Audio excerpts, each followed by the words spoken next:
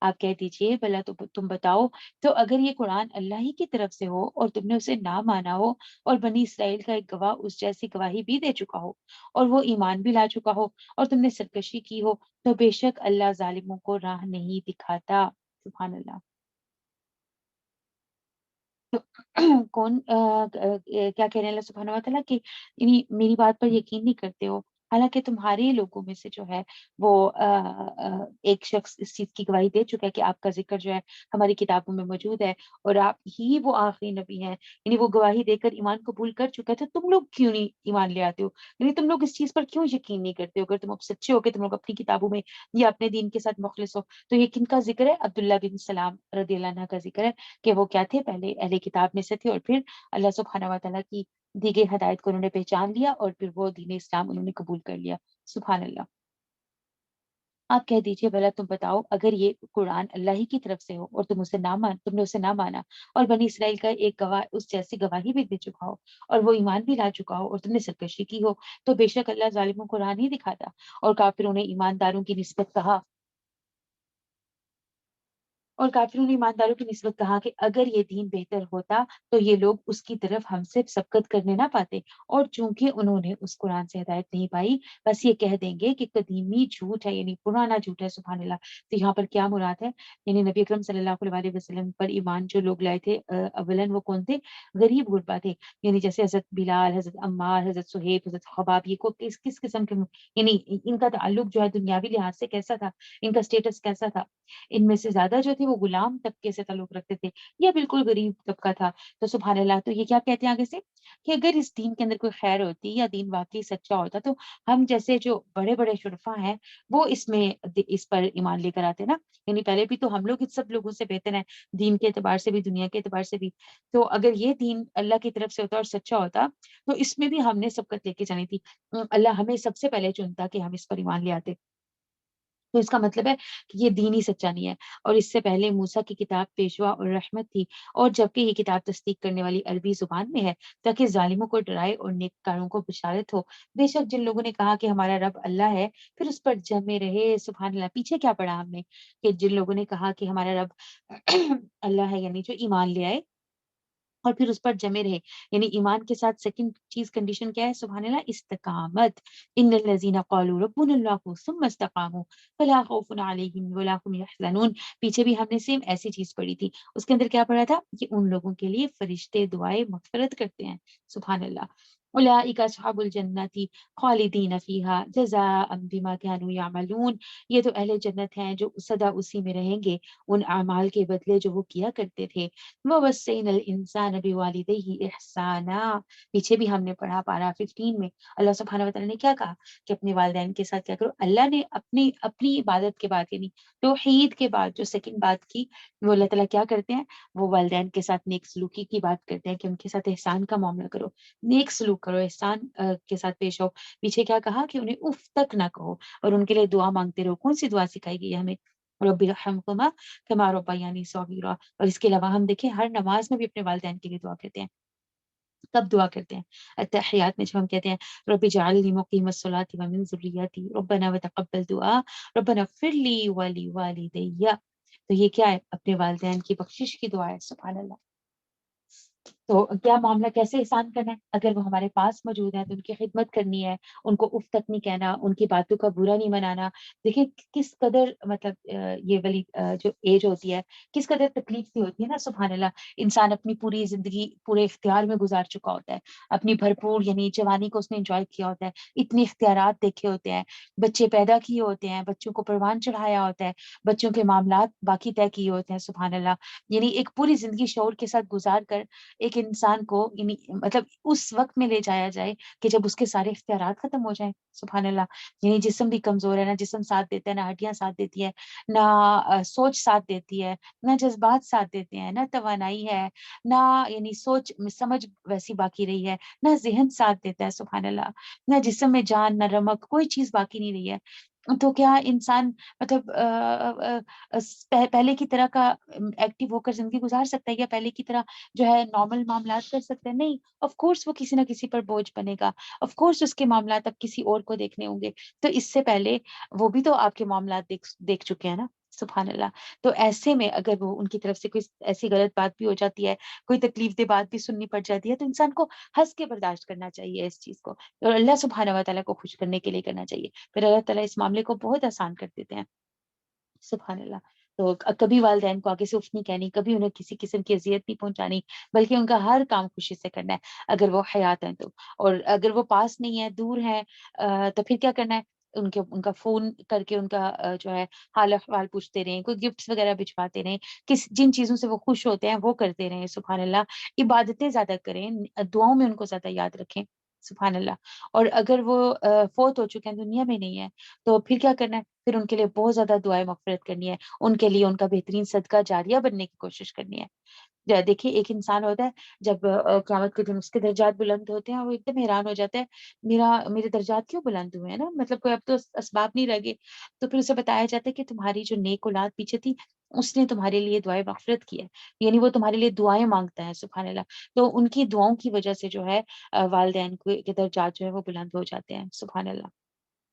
تو بہت زیادہ ضرورت ہے اپنے والدین کے ساتھ تعلق اچھا کرنے کی۔ اللہ سبحانہ وتعالیٰ سب کے والدین کو صحت، تندرستی، خیر اور برکت والی زندگی دے، کسی پر بوجھ نہ بنائے، چلتے پھرتے اپنی جو ہے کاموں میں لگائے رکھے، اطاعت کے کاموں میں لگائے رکھے، مرتے دم تک انہیں دین اسلام پر استقامت کے ساتھ چلائے رکھے، اور جاتے ہوئے جب رخصت کا وقت ہو، اللہ سبحانہ وتعالیٰ ان کے زبانوں کے اوپر کلمہ ان کو نصیب کرے، اور سکون پرسکون اور خوبصورت جو ہے وہ سفر ہو ان کا آخری بھی۔ اللہ سبحانہ وتعالیٰ سب کے والدین کو صحت، تندرستی، خیر برکت والی زندگی دے، اور جن کے والدین فوت ہو چکے ہیں، اللہ سبحانہ وتعالیٰ ان کے والدین کو جنت الفردوس میں اعلیٰ مقام عطا فرمائے، اور ان کی اولادوں کو ان کا بہترین صدقہ جاریہ بنائے۔ آمین الہی آمین۔ نبی اکرم صلی اللہ علیہ وسلم کے پاس ایک صحابی آئے اور انہوں نے پوچھا کہ میرے حسن سلوک کا سب سے زیادہ مستحق کون ہے؟ آپ صلی اللہ علیہ وسلم نے فرمایا تمہاری ماں۔ اس نے پھر یہی پوچھا، آپ نے یہی جواب دیا، تیسری مرتبہ بھی یہی جواب دیا، چوتھی مرتبہ پوچھنے پر آپ صلی اللہ علیہ وسلم نے فرمایا تمہارا باپ۔ یہ صحیح مسلم کی روایت ہے۔ سبحان اللہ۔ یعنی کہ والدین کے ساتھ نیک سلوک کرنا ہے ہمیں، اور اس کے بعد سب سے زیادہ کس کا؟ والدین میں بھی کس کا؟ ماں کے ساتھ۔ ابھی انشاءاللہ اگلی آیات میں آئے گا، اولئک اصحاب الجنۃ هم فی جنۃ خالدین فیہا جزاء بما کانوا یعملون۔ یہ تو اہل جنت ہیں جو سدا اسی میں رہیں گے ان اعمال کے بدلے جو وہ کیا کرتے تھے۔ اور ہم نے انسان کو اپنے ماں باپ کے ساتھ حسن سلوک کرنے کا حکم دیا ہے۔ اس کی ماں نے اسے تکلیف جھیل کر پیٹ میں رکھا اور تکلیف برداشت کر کے اسے جنا۔ اس کے حمل کا اور اس کے دودھ چھڑانے کا زمانہ 30 مہینے کا ہے، یہاں تک کہ جب وہ اپنی پختگی اور 40 سال کی عمر کو پہنچا تو کہنے لگا، اے میرے پروردگار، مجھے توفیق دے کہ میں تیری اس نعمت کا شکر بجا لاؤں جو تو نے مجھ پر اور میرے ماں باپ پر انعام کی ہے، اور یہ کہ میں ایسے نیک اعمال کروں جن سے تو خوش ہو جائے اور تو میری اولاد کو بھی صالح بنا دے۔ سبحان اللہ۔ تو کیا ہے یہاں پر ماں کا ذکر آیا کہ ماں کا جو درجہ ہے وہ زیادہ بڑا ہے۔ دیکھیں تکلیف بھی تو ماں زیادہ برداشت کرتی ہے نا۔ سبحان اللہ۔ اتنا عرصہ یعنی 9 مہینے بچے کو اپنے اندر رکھنا، پھر برداشت کر کر اس کو یعنی تکلیف برداشت کر کر اس کو پیدا کرنا، پھر اس کے بعد بڑے ہونے تک جو ہے، بڑے ہونے کے بعد بھی جو ہے والدین کو سکون نہیں آتا، یعنی بچے اپنے گھروں کے ہو جاتے ہیں، اپنے اپنے معاملات والے ہو جاتے ہیں، بچوں والے ہو جاتے ہیں، پھر بھی والدین کی جو جان ہے وہ اپنے اولاد میں ہی اٹکی ہوتی ہے، انہیں کی فکر پڑی ہوتی ہے کہ پتہ نہیں ہمارے بچے کیا کر رہے ہوں گے، یہ کیا ہوگا، یہ نہیں کیا ہوگا، کس حال میں ہوں گے، ہر وقت ان کی فکر، ان کے بہتر سے بہتر مستقبل کی فکر لگی رہتی ہے۔ سبحان اللہ۔ تو پھر کیا ہم اتنا بھی نہیں کر سکتے اپنے والدین کے لیے کہ ان کے ساتھ جو ہے نیک سلوک کریں، ان کے ساتھ احسان کا معاملہ کریں، ان کے لیے دعائیں خیر کریں؟ سبحان اللہ۔ تو دیکھیں اگر والدین فوت ہو چکے ہیں اور حیات نہیں ہے نا، تو پھر تو بہت ہی زیادہ غور طلب بات ہے۔ سبحان اللہ کہ یعنی اب ہمیں کیا کرنا ہے، کوشش کرنی ہے ان کے لیے بہترین صدقہ جاریہ بنے، یعنی ہماری طرف سے کوئی ایسا کام نہ ہو کہ ہمارے والدین سے پوچھا جائے کہ یعنی کیا کیا تربیت کر آئے تھے یا کیا سکھا کر آئے تھے اپنی اولاد کو۔ جی اس کے بعد کیا ہے، اللہ تعالیٰ کہہ رہے ہیں جب 40 سال کا ہو جاتا ہے، یعنی انسان 40 سال کی عمر کیا ہوتی ہے؟ پختگی کی عمر ہوتی ہے۔ کہا جاتا ہے کہ یعنی جو 40 سال کا عمر ہے، 40 سال کی عمر ہے، وہ کون سی عمر ہے؟ پختگی کی عمر ہے۔ اور مفسرین کی رائے یہی ہے کہ یعنی ہر تقریباً جو نبی ہیں ان کو 40 سال کی عمر کے بعد ہی نبوت جو ہے وہ ملی تھی۔ سبحان اللہ۔ تو 40 سال کی عمر کیا ہوتی ہے؟ یعنی انسان کے تمام اعصاب پختہ ہو چکے ہوتے ہیں، انسان کی سوچ پختہ ہو چکی ہوتی ہے، ٹوٹلی میچور ہو چکا ہوتا ہے وہ۔ تو اس وقت جو ہے کیا احساس اس کو محسوس ہونے لگ جاتا ہے، اب یعنی وہ اس کو والدین کی قدر ہونے لگتی ہے، کیونکہ اب اپنی اولاد پیدا ہو چکی ہوتی ہے، تو اس کو وہ چیزیں سمجھ آنے لگتی ہیں جو وہ جب بچہ تھا تو سوچتا تھا کہ یہ میرے والدین ایسا کیوں کرتے ہیں، ان پر اعتراضات کرتا تھا، لیکن اب جب وہ خود ماں باپ بن چکا ہوتا ہے تو اس کو پتہ چل رہا ہوتا ہے کہ نہیں، یہ کتنا نازک معاملہ ہے، یعنی پیرنٹنگ یا جو بچوں کی تربیت اور پرورش ہے یہ کتنا مشکل کام ہے، تو پھر اس کو اپنے والدین کی قدر ہونے لگتی ہے۔ سبحان اللہ، کہتے ہیں نا کہ ماں کی قدر مطلب انسان کو تب بھی ہوتی ہے جب وہ خود ماں بنتی ہے، یعنی کہ لڑکی جو ہے اس کو ماں کی قدر تبھی ہوتی ہے جب وہ خود ماں بنتی ہے، یعنی ماں باپ کی قدر ہمیں تبھی ہو سکتی ہے جب ہم پیرنٹس بنتے ہیں۔ سبحان اللہ، تو کیونکہ ہمیں محسوس ہونے لگتا ہے کہ انہوں نے کتنی تکلیفیں کاٹ کر ہمیں پالا ہے، تو کیا کہنے اللہ سبحانہ و تعالیٰ، جب 40 سال کی عمر میں پہنچ جاتا ہے انسان تو پھر اس کو احساس ہونے لگتا ہے کہ والدین کی قدر و قیمت اس کو محسوس ہونے لگتی ہے، پھر اللہ سے کیا دعائیں مانگتا ہے؟ پھر اللہ سے دعا مانگتا ہے ربی اوزعنی ان اشکر نعمتک التی انعمت علی، کہ اے اللہ، یہ دعا بہت امپورٹنٹ ہے، اسے ہمیں مانگنا چاہیے، نماز میں بھی مانگنا چاہیے، بہت خوبصورت دعا ہے، یعنی اگر اولاد کی طرف سے کوئی تکلیف ہے یا بچے ہدایت پر نہیں ہے یا کسی قسم کی بھی کوئی مشکل ہے تو یہ دعا مانگنے سے اللہ سبحانہ و تعالیٰ اس مشکل کو ضرور دور کرتے ہیں۔ سبحان اللہ، اس دعا کو انڈر لائن کریے اور اسے یاد کر لینا ہے۔ ربی اوزعنی ان اشکر نعمتک التی انعمت علی وعلی والدی، دیکھیں سبحان اللہ، توفیق مانگ رہے ہیں، یہ نہیں کہہ رہے کہ میں تیرا شکر ادا کرتا ہوں، اللہ مجھے توفیق عطا فرما کہ میں تیرا شکر ادا کر سکوں۔ کون سا شکر ادا کر سکوں؟ تیری نعمتوں کا، جو تو نے، کون سی نعمتیں جو تو نے مجھے دی ہیں، اور وہ انعامات، ان انعامات کا بھی شکر ادا کر سکوں جو تو نے میرے والدین پر کیے ہیں۔ سبحان اللہ، اور اب یعنی والدین کی طرف سے بھی شکر ادا کیا، ان کو جو نعمتیں ملی تھی اور مجھے جو نعمتیں ملی ہیں، یعنی ان پر بھی میں شکر ادا کروں۔ اور اس کے بعد اب تیسری چیز ہے کہ اپنی اولاد کے لیے جو ہے وہ اصلاح کی دعا کرنی ہے۔ اس سے پہلے کیا ہے؟ نیک اعمال کی دعا، کہ مجھے نیک اعمال کی بھی توفیق عطا فرما، ایسے نیک اعمال جن سے تو مجھ سے راضی ہو جائے۔ بہت خوبصورت دعا ہے، ربی اوزعنی ان اشکر نعمتک التی انعمت علی وعلی والدی وان اعمل صالحا ترضاه وَأَصْلِحْ لِي فِي ذُرِّيَّتِي، اللہ میری اولاد میں اصلاح کر دے، میری اولاد کی اصلاح کر کے انہیں صالح نیک بنا کر مجھ پر احسان کر دے۔ انی تبت الیک وانی من المسلمین، بے شک میں تیری طرف ہی رجوع کرتا ہوں، یعنی جو غلطیاں مجھ سے ہوئی ہیں، جو کوتاہیاں ہوتی ہیں ان کے بعد ہو گئی ہیں، اب جیسے اگر ان کی تربیت میں، ان کی پرورش میں بھی مجھ سے کوئی کوتاہیاں یہ غلطیاں ہو گئی ہیں تو میں تیری طرف رجوع کرتا ہوں اور میں مسلمانوں میں سے ہوں، میں سرنڈر کرتا ہوں اپنے آپ کو تیرے آگے۔ أولئك الذين نتقبل عنهم أحسن ما عملوا ونتجاوز عن سيئاتهم في أصحاب الجنة وعد الصدق الذي كانوا يوعدون، یہی وہ لوگ ہیں جن کے نیک اعمال تو ہم قبول فرما لیتے ہیں اور بد اعمال سے درگزر کر لیتے ہیں، یہ جنتی لوگوں میں سے ہیں، اس سچے وعدے کے مطابق جو ان سے کیا جانا تھا، اور جس نے اپنے ماں باپ سے کہا کہ تم سے میں تنگ آ گیا۔ اللہ اکبر کبیر، آپ دیکھیں ایک ایسی اولاد ہے جو اتنی خوبصورت دعا مانگتی ہے، اور اب ایک اس کے اگینسٹ، اس کے اپوزٹ ایک دوسری اولاد ہے، وہ کیا کہتی ہے؟ اور جس نے اپنے ماں باپ سے کہا کہ میں تم سے تنگ آ گیا، تم مجھ سے یہی کہتے رہو گے کہ میں مرنے کے بعد پھر زندہ کیا جاؤں گا، مجھ سے پہلے بھی امتیں گزر چکی ہیں، یعنی وہ والدین جو نیک ہیں، مسلمان ہیں، حق پر ہیں، اور ان کی اولاد جو ہے وہ نیک اور مسلمان نہیں ہے، تو سبحان اللہ وہ اولاد مطلب والدین کے لیے کتنی آزمائش بن جاتی ہے نا۔ اللہ سبحانہ وتعالیٰ سب کی اولادوں کو ان کی آنکھوں کی ٹھنڈک بنائے۔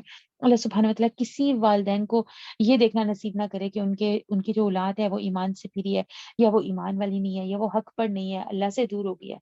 اللہ سبحانہ وتعالیٰ سب کی اولادوں کو ہدایت کے راستے پر استقامت کے ساتھ چلائے، نیکی کے راستے پر استقامت سے چلائے، آنکھوں کی ٹھنڈک بنائے اللہ رب العزت۔ تو کیا کہتے ہیں؟ یعنی ایمان نہیں لاتا اور اپنے والدین کے آگے سے اعتراض کرتے ہیں اور کہتے ہیں میں تنگ آ گیا ہوں کہ تم لوگوں کی یہ باتیں سن سن کر ہر وقت مجھے آخرت کے بارے میں یہ نہیں بتاتے رہتے ہو، اور مجھے یہ بتاتے رہتے ہو کہ میں مر کر دوبارہ زندہ کیا جاؤں گا، پہلے بھی امتیں گزر چکی ہیں۔ وہ دونوں جناب باری میں فریادیں کرتے ہیں، اور دونوں میاں بیوی کیا ہیں؟ رو رو کر گڑ گڑا کر اللہ سبحانہ وتعالیٰ کے آگے دعائیں کرتے ہیں اس کے حق میں بہتری کے لیے کہ وہ ایمان لے آئے، تجھے خرابی ہو تو ایمان لے آ، بے شک اللہ کا وعدہ حق ہے۔ وہ جواب دیتا ہے کہ یہ تو صرف پہلو کے افسانے ہیں، یہ وہ لوگ ہیں جن پر اللہ کے عذاب کا وعدہ صادق آ گیا، ان جنات اور انسانوں کے گروہوں کے ساتھ جو ان سے پہلے گزر چکے ہیں، یقیناً یہ نقصان پانے والے تھے۔ تو اولاد کی تربیت میں دیکھیں ایک بڑا خوبصورت اصول پڑھ رہے ہیں ہم کہ دعائیں مانگنی ہے اپنی اولاد کے لیے، بہت خوبصورت اصول ہے، یہ بہت خوبصورت طریقہ ہے۔ جب بھی اولاد کی طرف سے سرکشی ہو، کیا سلف صالحین کا ہمیں کیا طریقہ ملتا ہے کہ وہ اپنی عبادتوں کو بڑھا دیتے تھے، اپنی نیک اعمال کو بڑھا دیتے تھے جب بھی اگر اولاد کی طرف سے کوئی تنگی یا تکلیف آتی تھی۔ پیچھے ہم نے کیا پڑھا سورہ کہف میں کہ وہ جو آیت تھی نا، وہ ابوہما صالحہ، وہ مطلب ایک ایسا خوبصورت وہ آیت کا پارٹ ہے کہ انسان کو ہمیشہ یاد رہ جاتا ہے، یعنی والدین نیک ہوئیں گے تو اولاد کے اندر بھی اللہ تعالیٰ خیر و برکت پیدا کر دیں گے۔ تو پھر کیا کرنا ہے، اگر ہماری اولاد میں کوئی بھی خرابی یا اس قسم کی چیز ہمیں محسوس ہوئی ہے، فوراً اللہ کی طرف رجوع کرنا ہے، فوراً اللہ سبحانہ و تعالیٰ سے دعا کرنی ہے، اپنی غلطیوں کا اعتراف کرنا ہے۔ اللہ تو کریم ہے، تو نے تو مجھے فطرت پر یعنی یہ میری جو اولاد دی تھی یہ فطرت پر تھی، نیک صالح اولاد تھی، یعنی کہ صحیح معنوں میں جو ہے دین اسلام پر تھی۔ میری طرف سے غلطیاں ہوئی ہیں، میری کوتاہیاں ہیں کہ میں نے ان کی تربیت میں کوئی کمی بیشی کر دی ہے، میرے سے صحیح تربیت نہیں ہو پائی، تو میں اپنے گناہوں کا اعتراف کرتی ہوں۔ اب میں نے مجھ سے زیادتی ہوئی ہے، مجھ سے غلطیاں ہوئی ہیں، تو میری اولاد کی اصلاح فرما دے۔ فوراً اپنی نیکیوں میں جو ہے وہ صدقہ خیرات کرنا ہے بچوں کی طرف سے، فوراً دعاؤں کی کثرت شروع کر دینی ہے، اللہ سے یعنی اپنا تعلق زیادہ بہتر کر لینا ہے، اللہ سبحانہ و تعالیٰ کی عبادات میں اضافہ کر دینا ہے۔ تو انشاءاللہ تعالیٰ کیا ہوگا، اللہ سبحانہ و تعالیٰ کریم ہے، وہ ضرور سنتے ہیں، تو انشاءاللہ اولاد میں خیر پیدا کر دیں گے۔ اور جس نے اپنے ماں باپ سے کہا کہ تم سے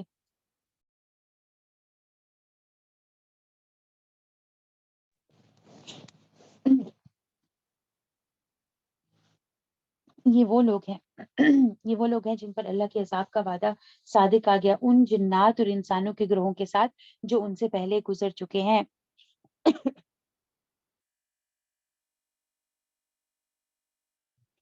یقیناً یہ نقصان پانے والے تھے، اور ہر ایک کو اپنے اپنے اعمال کے مطابق درجے ملیں گے، تاکہ وہ انہیں ان کے اعمال کے پورے بدلے دے اور ان پر ظلم نہ کیا جائے گا۔ اور جس دن کافر جہنم کے سرے پر لائے جائیں گے، کہا جائے گا تم نے اپنی نیکیاں دنیا کی زندگی ہی میں برباد کر دی اور ان سے فائدے اٹھا چکے، بس آج تمہیں ذلت کے عذاب کی سزا دی جاتی ہے۔ سبحان اللہ۔ یعنی کیا ہوا، کیا کہا جائے گا کہ تم اپنی جو دنیا کی زندگی ہے اس کے اندر تم نے اپنی نیکیاں جو ہے برباد کر لی۔ جس دن کافر جہنم کے سرے پر لائے جائیں گے، کہا جائے گا کہ تم نے اپنی نیکیاں دنیا کی زندگی ہی میں برباد کر دی اور ان سے فائدے اٹھا چکے، بس آج تمہیں ذلت کے عذاب کی سزا دی جاتی ہے، اس اس باعث کہ تم زمین میں ناحق تکبر کیا کرتے تھے، اور اس باعث بھی کہ تم حکم عدولی کیا کرتے تھے۔ سبحان اللہ۔ تو کیا ہوتا ہے، بعض لوگ جو صرف دنیا مانگتے ہیں، تو اگر انہوں نے کوئی نیکیاں تھوڑی بہت کی بھی ہوتی ہیں تو کیا ہوتا ہے، دنیا میں پھر ان کا حساب کتاب جو ہے وہ چکا دیا جاتا ہے، لیکن جو آخرت یعنی مانگتے ہیں، سبحان اللہ، تو اللہ سبحانہ و تعالیٰ جو ہے ان کا آخرت میں بھی حصہ رکھتا ہے، ان نیکیوں کا صلہ دنیا میں بھی مل جاتا ہے اور آخرت میں بھی اللہ سبحانہ و تعالیٰ عطا کرتے ہیں۔ تو مومن کا معاملہ کیا ہوتا ہے کہ مومن دنیا کے ساتھ ساتھ آخرت بھی مانگ رہا ہوتا ہے، یعنی اس کو آخرت کی بھی فکر رہتی ہے اور وہ آخرت کی نیت سے بھی کام کر رہا ہوتا ہے۔ دیکھیں اتنی مطلب غور طلب یہ بات ہے کہ وہی کام آخرت میں یعنی کام آنے ہیں، انہی کاموں کو وزن ملنا ہے جو ہم نے آخرت کی نیت سے کیے ہوں گے، یعنی ایسے ہی نہیں کہ ہم بس نیکیاں کرتے جانے ہیں۔ بعض لوگوں کو عادت ہوتی ہے نیکی کے کام کرنے کی، خیر کے کام کرنے کی، لیکن وہ خلوص سے خالی ہوتے ہیں کام، ان کا مقصد آخرت کمانا نہیں ہوتا یا اللہ سبحانہ و تعالیٰ سے ثواب حاصل نہیں کرنا ہوتا، بس انہیں عادت ہوتی ہے۔ جیسے دیکھیں عادتاً کچھ لوگ نیک فطرت ہوتے ہیں، اچھے ہوتے ہیں وہ لوگ، تو وہ ان کا کام ہی ہوتا ہے کہ وہ نیکیاں کرتے ہیں، ہر کسی کے ساتھ خیر کا معاملہ کر رہے ہوتے ہیں، لیکن نیت نہیں ہوتی نا کہ اللہ سبحانہ و تعالیٰ کے لیے کر رہے ہیں اور آخرت کمانے کے لیے کر رہے ہیں، تو ایسے اعمال جو ہیں سبحان اللہ وہ یعنی کہ کھوکھلے ہیں نا۔ تو انسان کو بہت زیادہ ضروری ہے کہ بار بار اپنی نیتوں کی تجدید کرتا رہے، اپنی نیتوں کی اصلاح کرتا رہے اور اپنی جو ہے یعنی نیتوں کو خالص کرتا رہے اللہ سبحانہ و تعالیٰ کے لیے۔ تو اللہ کے نزدیک اعمال کون سے اچھے ہیں، جو اچھے تو ہوں، صالح ہوں، لیکن صالح ہونے کی شرائط پورے کرتے ہوں۔ تو صالح اعمال جن کو وزن دیا جائے گا قیامت کے دن، ان کی کیا شرائط ہیں، وہ شرائط پر پورا اترتے ہوں۔ وہ کون سی شرائط ہیں؟ نمبر 1 تو سب سے بڑی جو ہے کہ ایمان والا ہو انسان، اور نمبر 2 وہ اعمال جو کر رہا ہے وہ صرف اللہ سبحانہ و تعالیٰ کی رضا اور خوشی کے لیے کر رہا ہو، یعنی اس کو حقیقتاً شعوری طور پر پتا ہو کہ اس سے میں نے اپنے رب کو راضی کرنا ہے، اور نمبر 3 وہ سنت کے طریقے کے مطابق ہو۔ سبحان اللہ۔ تو ایسے اعمال جو ہیں انشاءاللہ اللہ سبحانہ و تعالیٰ ان کو وزن ادا کریں گے۔ تو کیا کہا جا رہا ہے یہاں پہ کہ جو مومن ہوتا ہے اس کی فکر آخرت بھی ہوتی ہے، وہ آخرت کی فکر کے ساتھ جو ہے وہ کام کرتا ہے، وہ بے نیازی نہیں ہوتی اس کے اندر، آخرت سے بے نیازی نہیں ہوتی ہے، کیونکہ جب آخرت سے بے نیازی راضی ہوتی ہے، انسان صرف دنیا کے لیے کام کرتا ہے تو کاموں کی ویسے بھی وہ والی کوالٹی نہیں ہوتی ہے، سبحان اللہ۔ اب کافر کا رویہ کیا ہوتا ہے؟ یہ مومن کا رویہ تھا کہ وہ آخرت کے لیے کام کرتا ہے۔ کافر کا رویہ کیا ہوتا ہے کہ وہ مطلب اگر کوئی نیکی کا یا اچھا کام کرتا بھی ہے تو وہ صرف دنیا داری کے لیے کرتا ہے اور اللہ سبحانہ و تعالیٰ کی وہ ناشکری کرتا رہتا ہے، لیکن مومن شکر گزار بندہ ہوتا ہے، سبحان اللہ۔ اچھا یہ بات ہے نا، تم نے اپنی نیکیاں دنیا کی زندگی میں ہی برباد کر دی اور ان سے فائدے اٹھا چکے، یہ بات بہت غور طلب ہے۔ دیکھیے صحابہ کرام کا یہ رویہ ہوتا تھا کہ جب بھی ان کے سامنے کوئی یعنی ان میں سے کچھ کا ایسا ہوتا تھا کام کہ اگر ان کے سامنے کوئی اچھی خوراک آ جاتی تھی یا ان کے سامنے کوئی یعنی اچھا کھانا آ جاتا تھا، کیونکہ جب وقت انہوں نے ایسے وقت دیکھے ہوئے تھے کہ جب کھانے کو پاس یعنی کھجور کے سوا کچھ بھی نہیں ہوتا تھا، اور سم ٹائمز کھجور بھی نہیں ہوتی تھی، کتنے کتنے فاقے دنوں میں کاٹا کرتے تھے۔ تو جب اچھی خوراک سامنے آتی تھی، اچھا کھانا آتا تھا تو ڈر جاتے تھے ایک دم نا کہ کہیں ہمارے یعنی یہ والی آیت انہیں یاد آ جاتی تھی اور ڈر جاتے تھے کہ کہیں یہ مطلب یہ بات تو نہیں ہو رہی ہم پر پوری کہ دنیا میں ہم اپنی نعمت اپنے سارے جو نیکیاں کی تھی ہم نے ان کا فائدہ ہم دنیا میں حاصل کر رہے ہیں، لیکن ہماری پھر نیکیاں اس دنیا میں تو نہیں ہمیں سلے کے طور پہ مل رہی، کہیں یہ نہ ہو کہ آخرت میں ہمارا کوئی حصہ نہ رہ جائے۔ اور آج ہم دیکھیں تھوڑی سی نیکی کر کے بھی اس کو پھر اتنا وہ کرتے ہیں کہ جی میں تو ڈیزرو کرتا ہوں، میں تو اتنا نیک انسان ہوں، سبحان اللہ، میں تو ہر خیر جو ہے وہ ڈیزرو کرتا ہوں۔ تو صحابہ کرام جیسا رویہ ہونا چاہیے، نہیں اتنی نیکیاں کر بھی جو ہے انسان پھونک پھونک کر قدم رکھے، ڈرتا رہے کہ پتہ نہیں کہیں آخرت میں حصہ ملے گا کہ نہیں ملے گا۔ اللہ سبحانہ و تعالیٰ سے امید رکھنی ہے لیکن خوف بھی رکھنا ہے۔ وَاذْكُرْ أَخَا عَادٍ إِذْ أَنذَرَ قَوْمَهُ بِالْأَحْقَافِ وَقَدْ خَلَتِ النُّذُرُ مِن بَيْنِ يَدَيْهِ وَمِنْ خَلْفِهِ أَلَّا تَعْبُدُوا إِلَّا اللَّهَ إِنِّي أَخَافُ عَلَيْكُمْ عَذَابَ يَوْمٍ عَظِيمٍ۔ اور عاد کے بھائی کو یاد کرو جبکہ اس نے اپنی قوم کو احقاف میں ڈرایا، یعنی جگہ کا نام ہے، احقاف میں ڈرایا، اور یقیناً اس سے پہلے بھی ڈرانے والے گزر چکے ہیں، اور اس کے بعد بھی یہ کہ تم سوائے اللہ کے اور کسی کی عبادت نہ کرو، بے شک میں تم پر بڑے دن کے عذاب سے خوف کھاتا ہوں۔ قوم نے جواب دیا، کیا آپ ہمارے پاس اس لیے آئے ہیں کہ ہمیں اپنے معبودوں کی پرستش سے باز رکھیں؟ بس اگر آپ سچے ہیں تو جس عذاب کا آپ وعدہ کرتے ہیں اسے ہم پر لا ڈالیں۔ اس خود نے کہا، یعنی اس خود نے کہا آ، آ، آ، اس کا علم تو اللہ ہی کے پاس ہے۔ ہود علیہ السلام نے کیا جواب دیا کیسے کہ اس کا علم تو اللہ ہی کے پاس ہے کہ کب وہ آئے گا، میں تو جو پیغام دے کر بھیجا گیا ہوں وہ تمہیں پہنچا رہا ہوں، لیکن میں دیکھتا ہوں کہ تم لوگ نادانی کر رہے ہو۔ پھر جب انہوں نے عذاب کو بصورت بادل اپنی وادیوں کی طرف آتے ہوئے دیکھا تو کہنے لگے یہ بادل ہم پر برسنے والا ہے، نہیں بلکہ دراصل یہ بادل وہ عذاب ہے جس کی تم جلدی کر رہے تھے، ہوا ہے جس میں دردناک عذاب ہے، اللہ اکبر کبیرہ۔ تو دیکھیں بادل آتے ہیں تو کیا کرتے ہیں، یعنی وہ ضروری نہیں ہے کہ بارش یعنی کہ خوشخبری لے کر آئے، یعنی وہ خوشخبری والے بادل ہی ہوں، یہ بھی ہوتا ہے کہ بعض اوقات ان کے اندر عذاب ان کے اندر چھپا ہوا ہوتا ہے، جیسے اس قوم کے اوپر آیا، کیسے آیا، یعنی بادل کی صورت میں جو ہے پہلے صرف بادل چھایا اور لوگ بڑے خوش ہوئے کہ دیکھو میਂہ برسنے والا ہے، جیسے ہمارے یہاں بھی ہوتا ہے، یعنی ہم کیا کرتے ہیں ذرا سا موسم یعنی بارش کا موسم بنتا ہے تو اتنا دل خوش ہو جاتا ہے، اور موسم کا کہا جاتا ہے جی کہ طبیعت پر بھی اثر ہوتا ہے، سبحان اللہ، اور پھر ہم یہ کھانے کو دل چاہ رہا ہے تو یہ کھانے کو دل چاہ رہا ہے، ایسے ہو جاتے ہیں نا۔ اور لیکن نبی صلی اللہ علیہ وسلم کا کیا طریقہ تھا؟ نبی صلی اللہ علیہ وسلم جب یعنی ایسے موسم ہوتا تھا، ہوا آتی تھی، یعنی حدیث کا میں پوری انشاءاللہ ایز اٹ از پڑھتی ہوں۔ حدیث میں آتا ہے کہ حضرت عائشہ رضی اللہ عنہا نے رسول صلی اللہ علیہ وسلم سے پوچھا کہ لوگ تو بادل دیکھ کر خوش ہوتے ہیں کہ بارش ہوگی، لیکن آپ کے چہرے پر اس کے برعکس تشویش کے آثار نظر آتے ہیں۔ آپ صلی اللہ علیہ وسلم نے فرمایا، عائشہ اس بات کی کیا ضمانت ہے کہ اس بادل میں عذاب نہیں ہوگا، جبکہ ایک قوم ہوا کے عذاب سے ہی ہلاک کر دی گئی تھی، اس قوم نے بھی بادل کو دیکھ کر کہا تھا کہ یہ بادل ہے جو ہم پر بارش برسائے گا، یعنی یہ قوم دیکھیں یہی جملہ کہا نا کہ یہ بادل ہے جو ہم پر بارش برسائے گا۔ ایک دوسری روایت میں ہے کہ جب بادیں تند چلتی تو آپ صلی اللہ علیہ وسلم یہ دعا پڑھا کرتے، اے اللہ میں تجھ سے اس ہوا کی خیر و برکت اور اس خیر اور جو خیر اس میں ہے اور اس کے ساتھ جو یعنی اور جس خیر کے ساتھ یہ بھیجی گئی ہے اس کا سوال کرتا ہوں، اور میں تیری پناہ میں آتا ہوں اس ہوا کے شر سے اور اس شر سے جو اس میں ہے اور اس شر سے جس کے ساتھ یہ بھیجی گئی ہے، یعنی کہ ہوائیں بھی شرور لے کر آتی ہیں، ہواؤں کے اندر بھی جو ہے وہ شر چھپے ہوئے ہوتے ہیں، سبحان اللہ۔ اور جب آسمان پر بادل گہرے ہو جاتے تو آپ کا رنگ متغیر ہو جاتا، یعنی بدل جاتا، اور خوف کسی کیفیت آپ پر طاری ہو جاتی جس سے آپ صلی اللہ علیہ وسلم بے چین رہتے، کبھی باہر نکلتے، کبھی اندر داخل ہوتے، کبھی آگے ہوتے، کبھی پیچھے ہوتے، اور پھر جب بارش ہو جاتی تو آپ اطمینان کا سانس لیتے، سبحان اللہ۔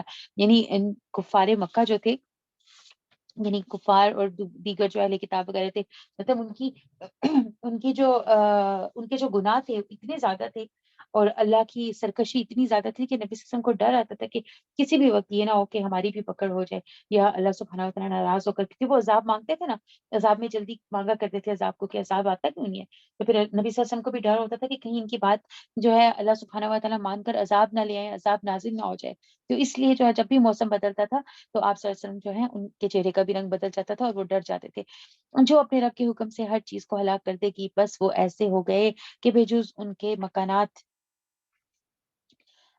کی اور کچھ دکھائی نہ دیتا تھا، گناہگاروں کے گروہ کو ہم یوں ہی سزا دیا کرتے ہیں، اور بالیقین ہم نے قوم عاد کو وہ مقدور دیے تھے جو تمہیں تو دیے بھی نہیں، یعنی اتنا ان کو زیادہ اقتدار دیا تھا جو بھی تمہارا اقتدار تو ان کے سامنے کچھ بھی نہیں، جو تمہیں تو دیے بھی نہیں، اور ہم نے انہیں کان، آنکھیں اور دل بھی دے رکھے تھے، لیکن ان کے کانوں اور آنکھوں اور دلوں نے انہیں کچھ بھی فائدہ نہ پہنچایا، جبکہ وہ اللہ کی آیتوں کا انکار کرنے لگے، اور جس چیز کا وہ مذاق اڑایا کرتے تھے وہی ان پر الٹ گئی،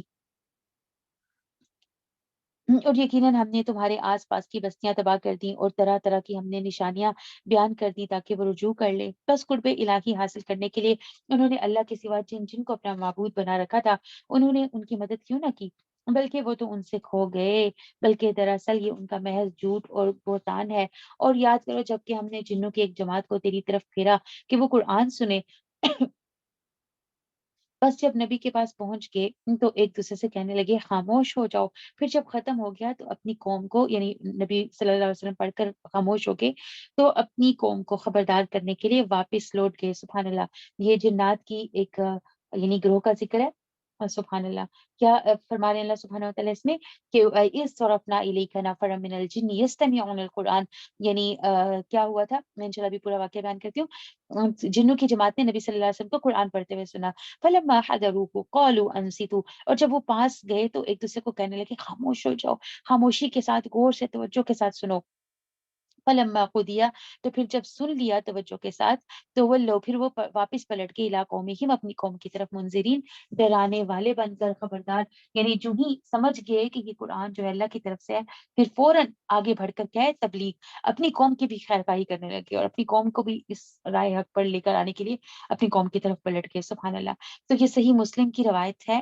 اس سے یعنی یہ پتہ چلتا ہے کہ یہ جو واقعہ ہے یہ مکہ کے قریب نخلا وادی میں پیش آیا تھا، جہاں آپ صلی اللہ علیہ وسلم صحابہ کرام کو فجر کی نماز پڑھا دیتے، جنوں کو یعنی اب کیا ہوتا تھا کہ پہلے جنات وغیرہ جیسے ہم نے پیچھے بھی پڑھا کہ آسمان پہ خبریں لینے کے لیے جاتے تھے، تو اب جب جب اللہ سبحانہ وتعالیٰ نے قرآن نازل کیا تو پھر کیا ہوا تھا کہ جب بھی وہ اوپر پہنچتے تھے، پہلے تو چلے جاتے تھے تھوڑا بہت، لیکن اب جب بھی وہ جاتے تھے اللہ سبحانہ وتعالیٰ نے آسمان کی یعنی حفاظت کا انتظام کر لیا کہ کوئی جن یا کوئی سرکش شیطان وغیرہ جو ہے وہاں تک نہ پہنچ سکے، پر بھی نہ مار سکے، تو اب جب بھی ان میں سے کوئی جاتا تھا تو کیا ہوتا تھا، ان کے پیچھے شہاب ثاقب پھینکا جاتا تھا، جلتا ہوا تارا، اور وہ ان کو جلا کر راک کر دیتا تھا، تو یہ حیران ہو رہے تھے کہ یعنی ایسا کیا معاملہ پیش آیا کہ کیوں اب ہم آسمانوں پر نہیں جا سکتے، آسمانوں کی خبریں ہی نہیں لے پاتے ہم، کیا رکاوٹیں حل کر دی گئی ہیں، کیا چیز رکاوٹ بنی ہے، تو اس وجہ سے انہوں نے یعنی اس تجسس کی وجہ سے جو ہے سارے جنات جو ہیں یعنی جو ہے یعنی ڈفرینٹ ڈفرینٹ جگہوں پر جو ہے جنات پھیل گئے اور انہوں نے تجسس شروع کیا کہ آخر پتہ چلے کہ کیا وجہ ہے کہ جو ہے آسمان میں اب ہم نہیں پہنچ پاتے اور آسمان سے ان پر شعلے برسائے جاتے ہیں، تو انہیں سمجھ آ گئی، یعنی جب انہیں پتہ چلا تو انہیں یہ سمجھ آ گئی کہ کوئی نہ کوئی اہم واقعہ جو ہے وہ ضرور ہوا ہے، تو وہ واقعہ پتہ کرنے کے لیے مشرق مغرب کے تمام اطراف میں جو ہے جنوں کی ٹولیاں جو ہے واقعے کا سراغ لگانے کے لیے پھیل گئی، اب ایک ٹولی جو ہے وہ وہاں سے گزری جہاں نبی اکرم صلی اللہ علیہ وسلم صحابہ کرام کو جماعت کراتے، یعنی فجر کی نماز ادا کر رہے تھے وہ لوگ، تو جب اس سوری جماعت نے قرآن کے الفاظ سنے نا تو حیران ہو کر مطلب وہیں کی وہیں وہ یعنی ٹھہر گئی، سبحان اللہ، اور ایک دوسرے کو چپ کروایا کہ خاموشی کے ساتھ سنو کہ یعنی یہ کیا کلام ہے نا، جب انہوں نے قرآن سنا تو اس کے بعد جو ہے سمجھ گئے کہ نبی صلی اللہ علیہ وسلم جو ہے وہ دنیا میں جو ہے پیغمبر بنا کر بھیجے گئے ہیں، اور اسی وجہ سے جو ہے یہ قرآن جو نازل ہوا ہے اسی وجہ سے جو ہے آسمان کے دروازے بند کر دیے گئے ہمارے لیے، اب ہم اوپر نہیں جا سکتے، تو یہ جو جنات کا گروہ تھا، سبحان اللہ، سنتے ہی یعنی تھوڑی سی تلاوت سنی ہے اور تلاوت سنتے ہی جو ہے وہ اللہ پر ایمان لے آئے، اور پھر ایمان لے کر آنے کے فوراً بعد کیا کیا، اب اپنی قوم کی خیر خواہی شروع کر کے اپنی قوم کو بھی بتانے چلے گئے کہ ہم نے اتنی بڑی خیر پالی ہے تو تم لوگ بھی اس خیر کی طرف آؤ، سبحان اللہ، کہنے لگے اے ہماری قوم، ہم نے یقیناً وہ کتاب سنی ہے جو موسیٰ کے بعد نازل کی گئی ہے، جو اپنے سے پہلی کتابوں کی تصدیق کرنے والی ہے، جو سچے دین کی اور راہ راست کی طرف راہبری کرتی ہے۔ اے ہماری قوم، اب یہ ساری باتیں کون کر رہے ہیں؟ جنات اپنی قوموں کو دیکھیں کیسے دعویٰ کا کام کر رہے ہیں۔ اے ہماری قوم، اللہ کے بلانے والے کا کہا مانو، اس پر ایمان لاؤ تو اللہ تمہارے گناہ بخش دے گا اور تمہیں المناک عذاب سے پناہ دے گا، اور جو شخص اللہ کے بلانے والے کا کہا نہ مانے گا، بس وہ زمین میں کہیں بھاگ کر اللہ کو عاجز نہیں کر سکتا، اور نہ اللہ کے سوا اور کوئی اس کے مددگار ہوں گے۔ یہ لوگ کھلی گمراہی میں ہیں۔ کیا وہ نہیں دیکھتے کہ جس اللہ نے آسمانوں اور زمین کو پیدا کیا اور ان کے پیدا کرنے سے وہ نہ تھکا، وہ یقیناً مردوں کو زندہ کرنے پر قادر ہے؟ کیوں نہ ہو، وہ یقیناً ہر چیز پر قادر ہے۔ وہ لوگ جنہوں نے کفر کیا جس دن جہنم کے سامنے لائے جائیں گے اور ان سے کہا جائے گا کہ کیا یہ حق نہیں، تو وہ جواب دیں گے کہ ہاں، قسم ہے ہمارے رب کی، حق ہے۔ اللہ فرمائے گا اب اپنے کفر کے بدلے عذاب کا مزہ چکھو، بس ہے پیغمبر تم ایسا صبر کرو جیسا صبر عالی ہمت رسولوں نے کیا، یعنی اولو العزم پیغمبر۔ اللہ تعالیٰ کیا کہہ رہے ہیں نبی کریم صلی اللہ علیہ وسلم کو کہ فَاصْبِرْ كَمَا صَبَرَ أُولُو الْعَزْمِ مِنَ الرُّسُلِ وَلَا تَسْتَعْجِل لَّهُمْ كَأَنَّهُمْ يَوْمَ يَرَوْنَ مَا يُوعَدُونَ لَمْ يَلْبَثُوا إِلَّا سَاعَةً من نَهَارٍ بَلَاغٌ فَهَلْ يُهْلَكُ إِلَّا الْقَوْمُ الْفَاسِقُونَ۔ تو کیا کہنے اللہ سبحانہ وتعالیٰ، اولو العزم پیغمبروں کی طرح کیا کرو، صبر کرو۔ یہ کون سے پیغمبر تھے؟ وہ پیغمبر تھے جنہیں آزمائشوں سے تھکا مارا، یعنی اتنی آزمائشیں ان پر نازل ہوئی اور وہ ہر آزمائش پر اللہ کی توفیق سے، اللہ کے حسن سے سبحان اللہ پورے اترتے رہے۔ کون کون ہے یہ؟ پیچھے ہم نے ایک دن ڈسکس کیا تھا، اولو العزم جو پیغمبر ہیں وہ کون کون ہے؟ حضرت ابراہیم علیہ السلام، حضرت موسیٰ علیہ السلام، حضرت عیسیٰ علیہ السلام، حضرت نوح علیہ السلام، اور ہمارے پیارے نبی اکرم صلی اللہ علیہ وسلم۔ تو یہ 5 اولو العزم پیغمبر ہے۔ تو کیا کہہ رہے ہیں کہ صبر کرو اولو العزم پیغمبروں کی طرح، اور ان کے لیے عذاب طلب کرنے میں جلدی نہ کرو۔ یہ جس دن اس عذاب کو دیکھ لیں گے جس کا وعدہ دیے جاتے ہیں، تو یہ معلوم ہونے لگے گا کہ اس دن کی ایک گھڑی ہی دنیا، یعنی کہ اس دن کی کے برابر جو قیامت کا دن ہے، ایک گھڑی ہی دنیا میں ٹھہرے تھے، ایسے لگے گا۔ یہ ہے پیغام پہنچا دینا، بس بدکاروں کے سوا کوئی ہلاک نہ کیا جائے گا۔ سبحان اللہ۔ سورہ محمد، نبی اکرم صلی اللہ علیہ وسلم کے نام پر یہ سورہ ہے، سورہ مدنی ہے۔ سبحان اللہ۔ اعوذ باللہ من الشیطان الرجیم، بسم اللہ الرحمن الرحیم۔ الذین کفروا وصدوا عن سبیل اللہ اضل اعمالهم۔ جن لوگوں نے کفر کیا اور اللہ کی راہ سے روکا، یعنی 2 کام جنہوں نے کیے، کفر کیا اور اللہ کی راہ سے روکا، تو اللہ نے ان کے اعمال برباد کر دیے، چاہے جتنے بڑے سے بڑے جو ہے وہ نیکی کے کام ہوں، چاہے احد پہاڑ کے برابر صدقہ و خیرات ہو، سبحان اللہ، جتنی بڑی بڑی نیکی کے کام کیے ہوں، لیکن اگر کفر کیا ہوا تھا اور اللہ کی راہ سے روک رہے تھے لوگوں کو، تو وہ ان کے اعمال کیا ہیں، برباد کر دیے جائیں گے۔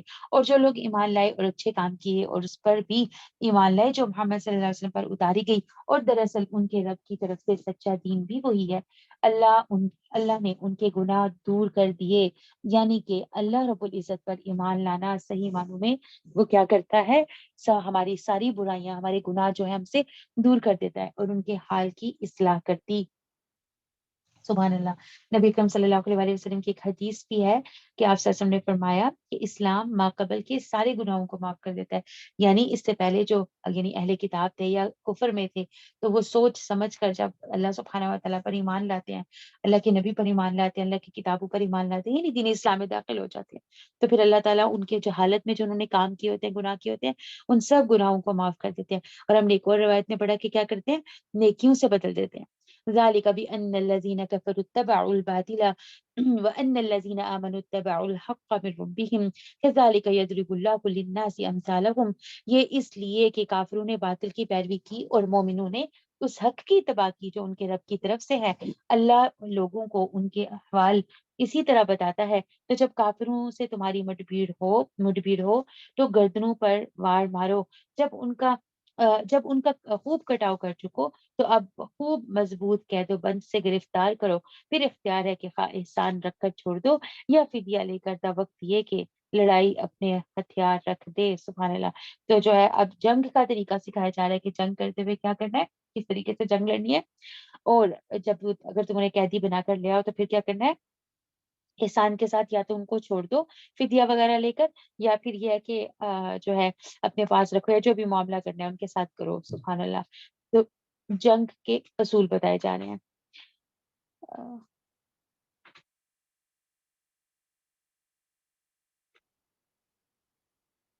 اوکے، جی، یہی حکم ہے، اور اگر اللہ چاہتا تو خود ہی ان سے بدلہ لے لیتا، لیکن اس کا منشا یہ ہے کہ تم میں سے ایک کا امتحان دوسرے سے لے لے، اور جو لوگ اللہ کی راہ میں شہید کر دیے جاتے ہیں اللہ ان کے اعمال ہرگز ضائع نہ کرے گا۔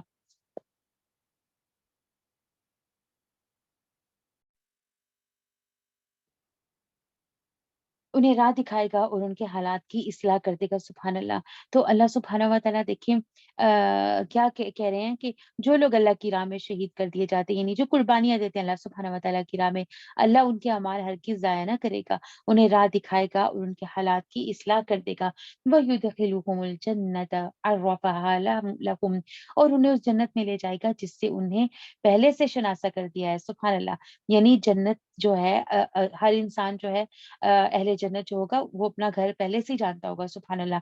یعنی اتنی آسانی سے وہ اپنے گھر کو پہچان لیں گے جیسے دنیا کے اپنے گھروں کو پہچانتے تھے، اور پتا ہوتا تھا کہاں پر ہے اور کیسے داخل ہونا ہے، اور گھر کے اندر کیا چیز کہاں ہے، سبحان اللہ۔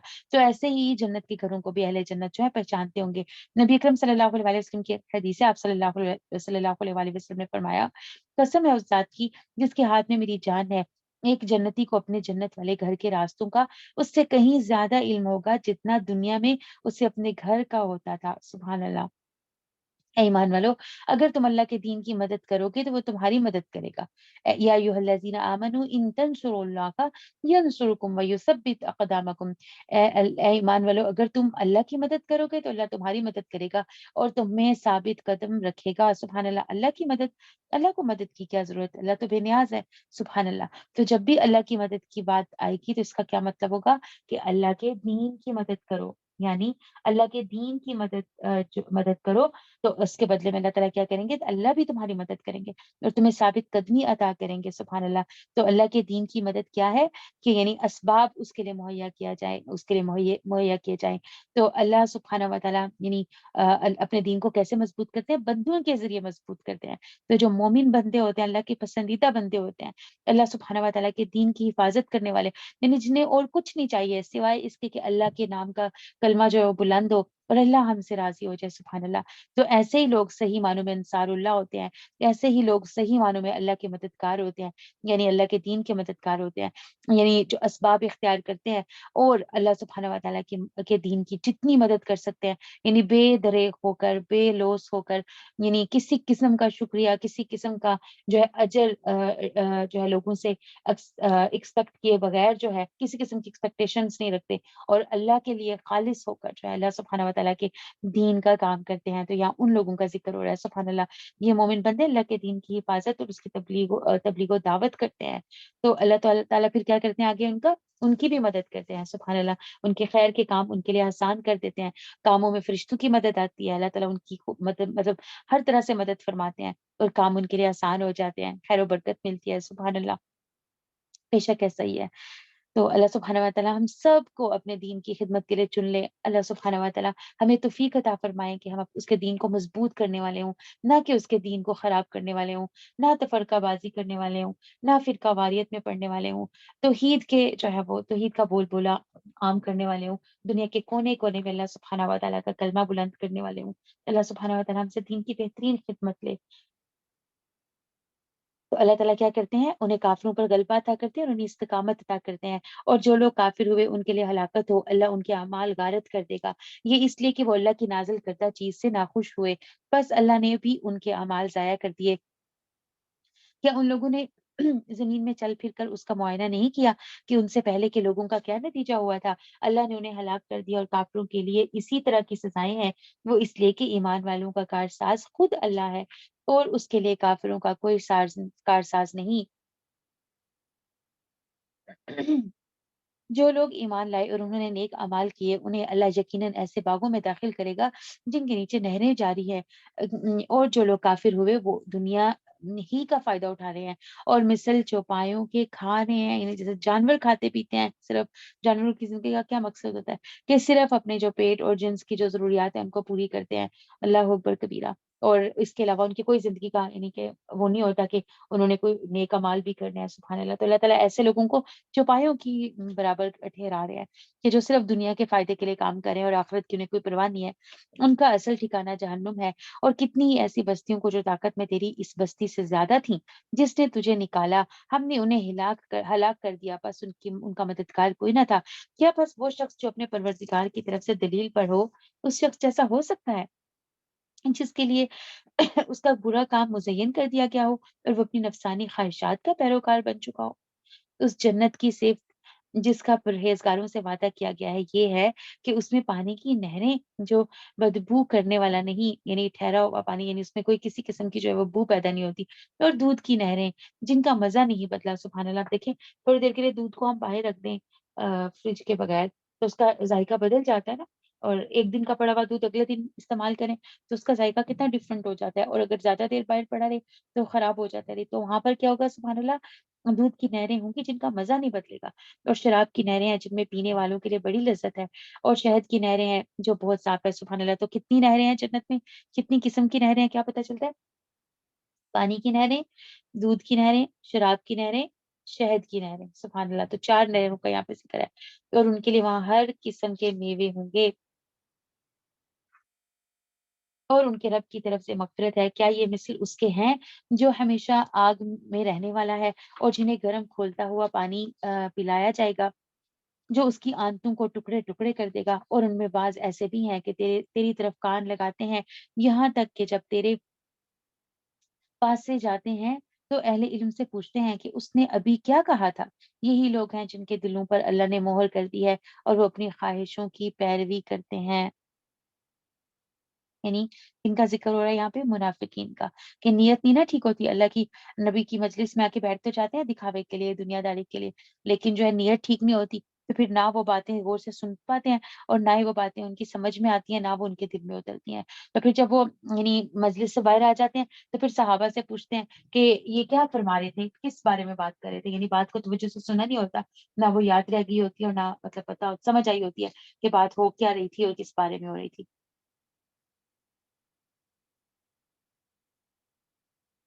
اور جو لوگ ہدایت یافتہ ہیں اللہ نے انہیں ہدایت میں اور بڑھا دیا اور انہیں ان کی پرہیزگاری عطا فرمائی۔ تو کیا یہ قیامت کا انتظار کر رہے ہیں کہ وہ ان کے پاس اچانک آ جائے؟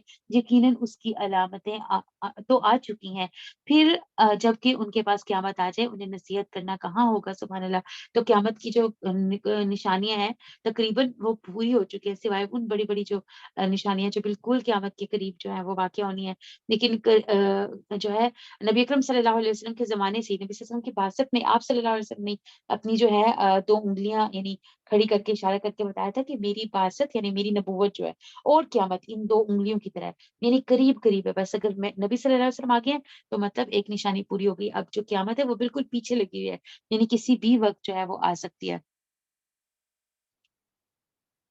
جبکہ پھر جب ان کے پاس قیامت آ جائے تو انہیں نصیحت کرنا کہاں ہوگا۔ سو اے نبی صلی اللہ علیہ وسلم آپ یقین کر لیں کہ اللہ کے سوا کوئی معبود نہیں، اور اپنے گناہوں کی بخشش مانگا کریں، اور مومن مردوں اور مومن عورتوں کے حق میں بھی اللہ تم لوگوں کی آمد و رفت کی اور رہنے سہنے کی جگہ کو خوب جانتا ہے۔ اور جو لوگ ایمان لائے وہ کہتے ہیں کہ کوئی صورت کیوں نازل نہیں کی گئی؟ پھر جب کوئی صاف مطلب والی صورت نازل کی جاتی ہے اور اس میں قتال کا ذکر کیا جاتا ہے تو آپ دیکھتے ہیں کہ جن لوگوں کے دلوں میں بیماری ہے وہ آپ کی طرف کن نظروں سے دیکھتے ہیں، جیسے اس شخص کی نظر ہوتی ہے جس پر موت کی بے ہوشی طاری ہو، بس بہت بہتر تھا ان کے لیے، سبحان اللہ۔ یعنی پہلے مانگتے ہیں کہ ہمیں قتال کی اجازت دی جائے یا ہمیں ہمارے پر کوئی واضح واضح صورت نازل ہو جائے، جب ایسے احکامات والی واضح کوئی صورت آ جاتی ہے تو پھر کیا ہے، نبی صلی اللہ علیہ وسلم سے نظریں چراتے ہیں، اور ان کو دیکھنے سے ان کا حال کیسا معلوم ہوتا ہے، جیسے انسان کے اوپر سکرات کی کیفیت ہوتی ہے، موت کی کیفیت ہوتی ہے، تو وہ بے ہوشیاں طاری ہو رہی ہوتی ہیں ان کے اوپر کہ یہ کیا نازل ہو گیا ہمارے لیے۔ فرمان کا بجا لانا اور اچھی بات کا کہنا، پھر جب کام مقرر ہو جائے تو اگر اللہ سے سچے رہیں تو ان کے لیے بہتری ہے۔ اور تم سے بھی یہ بعید نہیں کہ اگر تم کو حکومت مل جائے تو تم زمین میں فساد برپا کر دو اور رشتے ناطے توڑ ڈالو۔ اللہ اکبر کبیرہ۔ یعنی انسان کو جب بادشاہت یا حکومت ملتی ہے تو کیا کرتا ہے؟ سرکشی کرتا ہے۔ اور تم سے بھی یہ بعید نہیں کہ اگر تم کو حکومت مل جائے تو تم زمین میں فساد برپا کرو۔ یعنی جیسے زمانے جاہلیت میں اور لوگ خون ریزی وغیرہ کیا کرتے تھے، اسی طرح دوبارہ تم بھی یعنی وہی کام کرنا شروع کر دو، تو رشتے ناطے توڑ ڈالو۔ یہ وہی لوگ ہیں جن پر اللہ کی پھٹکار ہے اور جن کی سماعت اور آنکھوں کی روشنی چھین لی گئی ہے۔ کیا یہ قرآن میں غور و فکر نہیں کرتے یا ان کے دلوں پر تالے لگے ہیں؟ جو لوگ اپنی پیٹھ کے بل الٹے پھر گئے، پھر اس کے بعد کہ ان کے لیے ہدایت واضح ہو چکی، یقیناً شیطان نے ان کے لیے مزین کر دیا ہے اور انہیں ڈھیل دے رکھی ہے۔ یہ اس لیے کہ انہوں نے ان لوگوں سے جنہوں نے اللہ کی نازل کردہ وحی کو برا سمجھا یہ کہا کہ ہم بھی عنقریب بعض کاموں میں تمہارا کہا مانیں گے، اور اللہ ان کی پوشیدہ باتیں خوب جانتا ہے۔ بس ان کا کیا حال ہوگا جبکہ فرشتے ان کی روح قبض کرتے ہوئے ان کے چہروں اور ان کی پیٹھوں پر ماریں گے۔ اللہ اکبر کبیرہ۔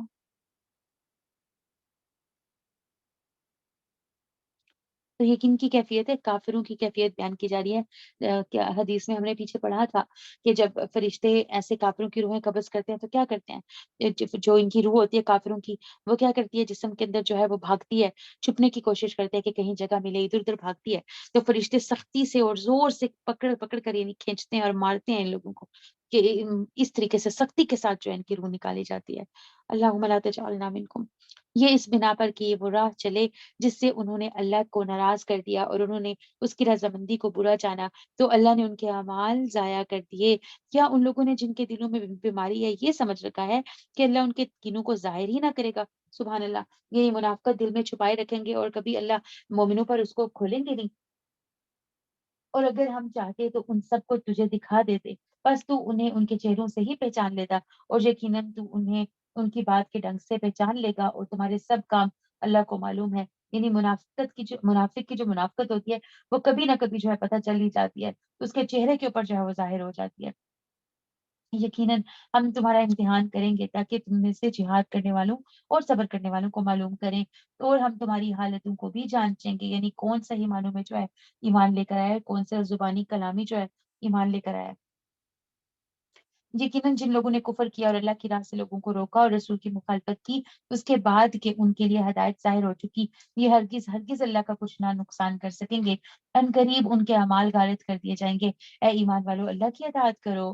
یا ایھا الذین آمنوا اطیعوا اللہ واطیعوا الرسول ولا تبطلوا اعمالکم۔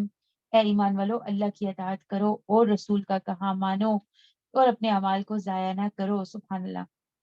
یعنی جیسے منافقین نے اور جو اپنے دین سے مرتد ہو گئے پھر گئے ہیں، انہوں نے اپنے اعمال کو ضائع کر دیا ہے۔ تم اپنے ایمان پر، اپنے اسلام پر استقامت کے ساتھ چلتے رہو، یہ نہ ہو کہ تم بھی جو ہے اپنے اعمال کو ضائع کر بیٹھو۔ تو کرنے کا کام کیا ہے؟ اللہ اور اس کے رسول کی اطاعت، یعنی اللہ اور اس کے رسول کا حکم ماننا۔ جن لوگوں نے کفر کیا اور اللہ کی راہ سے اوروں کو روکا، پھر کفر کی حالت ہی میں مر گئے، یقین کر لو کہ اللہ انہیں ہرگز نہ بخشے گا۔ بس تم بودے بن کر صلح کی درخواست پر نہ اترو، یعنی بزدل اور کمزور بننے کی ضرورت نہیں ہے، ایسے ہی صلح کی درخواستوں پر نہ اترو، جب کہ تم ہی بلند و غالب رہو گے اور اللہ تمہارے ساتھ ہے۔ یعنی تم نے کسی کے ساتھ شر نہیں کرنا، لیکن اگر کوئی شر کر رہا ہے تو اب اس کا مقابلہ کرنا ہے، اس کو حساب چکھانا ہے۔ تو اللہ تعالیٰ کیا کہہ رہے ہیں؟ تم ہی بلند و غالب رہو گے اور اللہ تمہارے ساتھ ہے۔ ناممکن ہے کہ وہ تمہارے اعمال ضائع کر دے۔ واقعی زندگانی دنیا تو صرف کھیل کود ہے، اور اگر تم ایمان لے آؤ گے، سبحان اللہ، اور اگر تم ایمان لے آؤ گے اور تقوی اختیار کرو گے تو اللہ تمہیں تمہارے اجر دے گا، اور وہ تم سے تمہارے مال نہیں مانگتا۔ یعنی اللہ سبحانہ و تعالیٰ کو نہ ہمارے مال چاہیے، نہ ہمارے جو ہے وہ کوئی اور چیز چاہیے۔ کیا چاہیے اللہ سبحانہ و تعالیٰ کو؟ ہمارے نیک اعمال چاہیے۔ وہ بھی کیوں چاہیے؟ ہمارے ہی فائدے کے لیے چاہیے۔ تو اللہ سبحانہ و تعالیٰ کیا کہہ رہے ہیں؟ اگر تم ایمان لے آؤ اور تقوی اختیار کرو گے تو اللہ تمہیں تمہارے اجر دے دے گا، وَإِن تُؤْمِنُوا وَتَتَّقُوا يُؤْتِكُمْ أُجُورَكُمْ وَلَا يَسْأَلْكُمْ أَمْوَالَكُمْ، اور وہ تم سے تمہارے مال نہیں مانگتا، اور اگر وہ تم سے تمہارا مال مانگے اور زور دے کر مانگے تو تم اس وقت بخیلی کرنے لگو گے اور وہ بخیلی تمہارے کینے ظاہر کر دے گی۔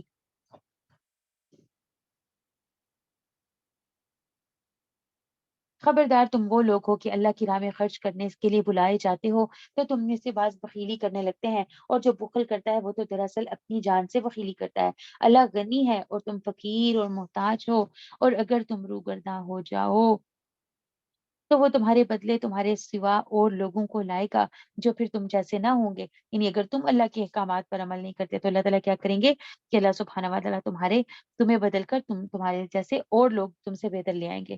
سبحان اللہ۔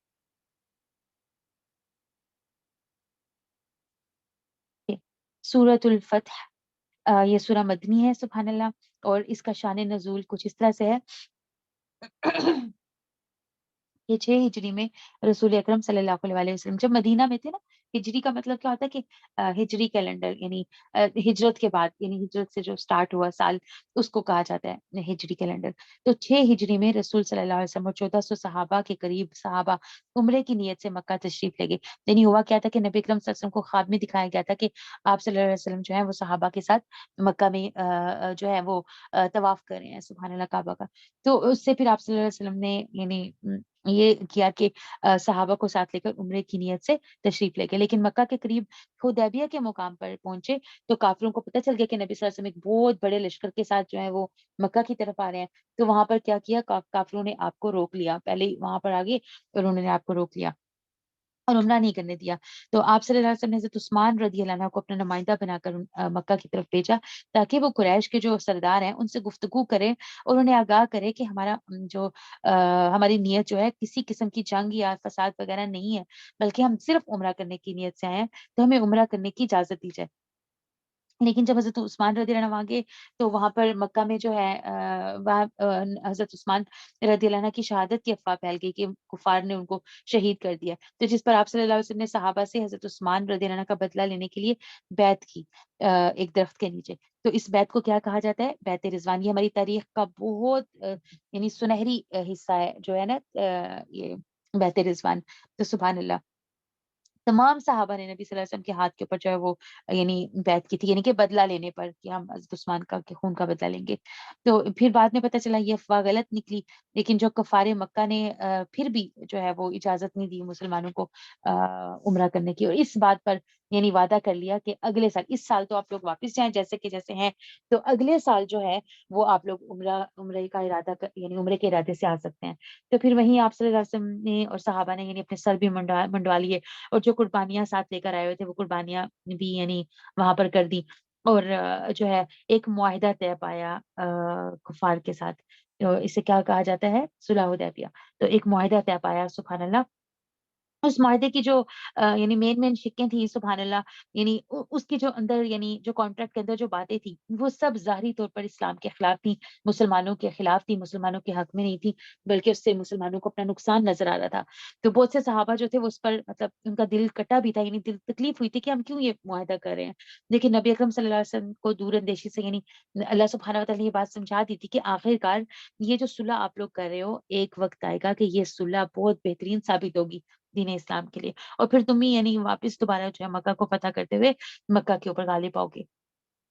سبحان اللہ۔ تو ہوا بھی یہ کہ یہ فتح جو ہے یہ جو صلح تھی یہ فتح کا سبب بن گئی، یعنی کہ کچھ عرصے بعد مکہ جو ہے اللہ سبحانہ و تعالیٰ نے فاتحانہ طور پر مسلمانوں کو مکہ میں داخل کیا، یعنی بغیر کسی جنگ کے مکہ جو ہے پورے کا پورا مسلمانوں کے قبضے میں آ گیا، سبحان اللہ۔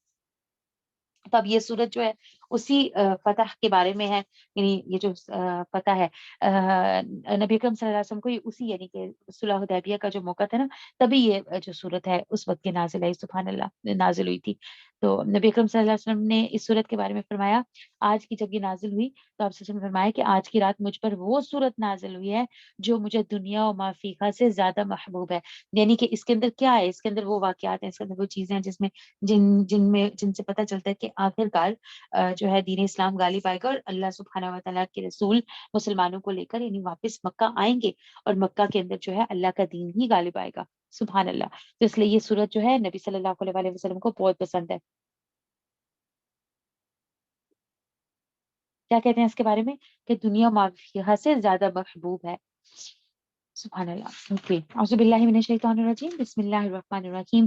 انا فتحنا لک فتحا مبینا، بے شک ہے نبی صلی اللہ علیہ وآلہ وسلم ہم نے آپ کو ایک کھلم کھلی فتح دی، تاکہ جو کچھ تیرے گناہ آگے ہوگے اور جو پیچھے سب کو اللہ معاف فرما دے اور تجھ پر اپنا احسان پورا کر دے اور تجھے سیدھی راہ پر چلا دے.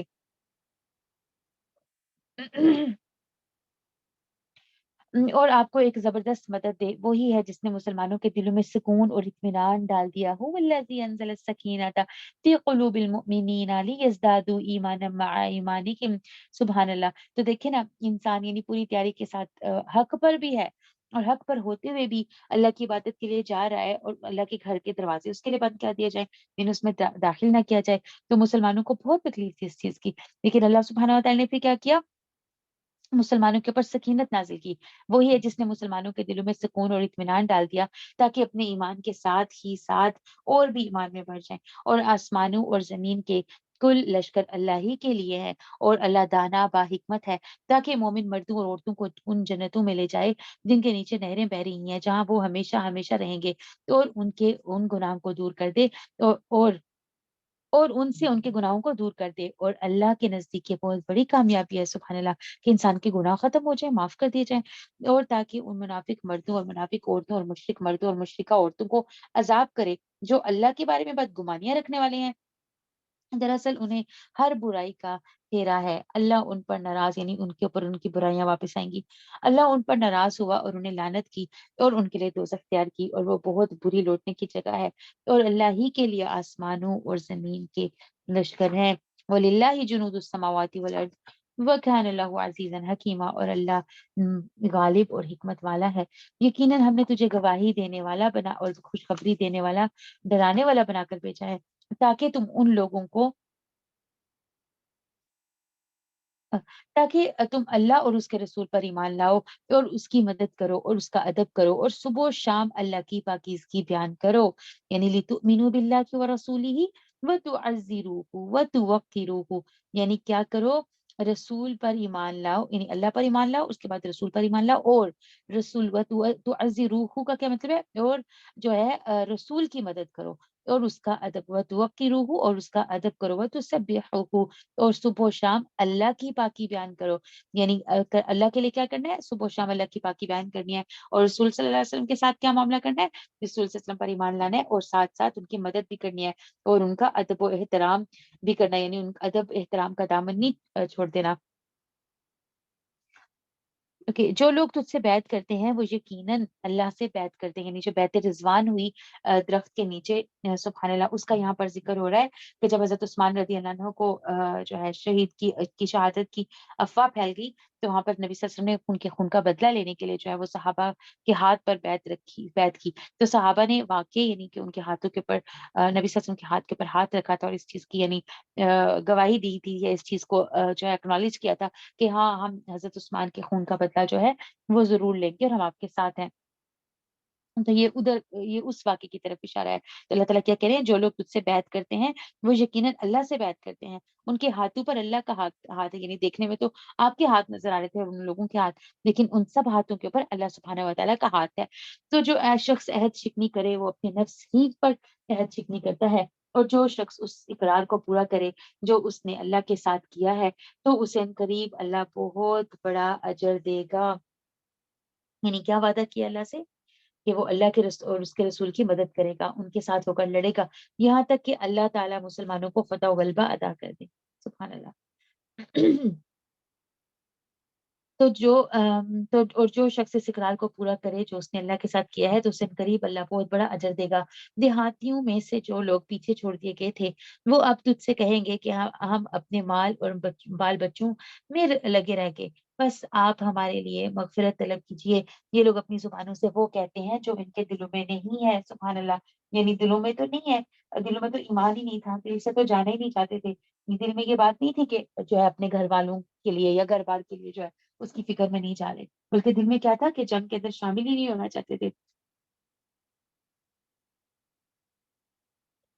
تو کیا ہے کہ دل میں بات نہیں ہے وہ ایسی باتیں کہتے ہیں جو ان کے دل کے اندر ہے ہی نہیں ہے. سبحان اللہ.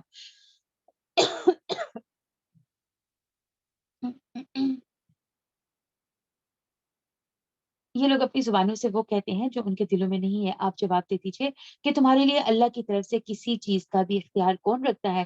اگر وہ تمہیں نقصان پہنچانا چاہے یا تمہیں کوئی نفع دینا چاہے تو بلکہ تم جو کچھ کر رہے ہو اس سے اللہ خوب باخبر ہے۔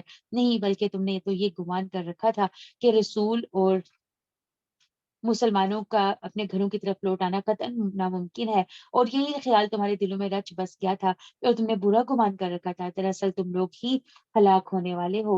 اور جو شخص اللہ اور اس کے رسول پر ایمان نہ لائے تو ہم نے بھی ایسے کافروں کے لیے دہکتی آگ تیار کر رکھی ہے، اور زمین و آسمان کی بادشاہت اللہ ہی کے لیے ہے، جسے چاہے بخشے اور جسے چاہے عذاب کرے، اور اللہ بڑا بخشنے والا مہربان ہے۔ جب تم غنیمتیں لینے جانے لگو تو جھٹ سے یہ پیچھے چھوڑے ہوئے لوگ کہنے لگیں گے کہ ہمیں بھی اپنے ساتھ چلنے کی اجازت دے دیجیے۔ وہ چاہتے ہیں کہ اللہ کے کلام کو بدل دیں۔ آپ کہہ دیجیے کہ اللہ پہلے ہی فرما چکا ہے کہ تم ہرگز ہمارے ساتھ نہیں چلو گے۔ وہ جس کا جواب دیں گے نہیں نہیں وہ اس کا جواب دیں گے نہیں نہیں بلکہ تم ہم سے حسد کرتے ہو، لیکن اصل بات یہ ہے کہ وہ لوگ بہت ہی کم سمجھتے ہیں۔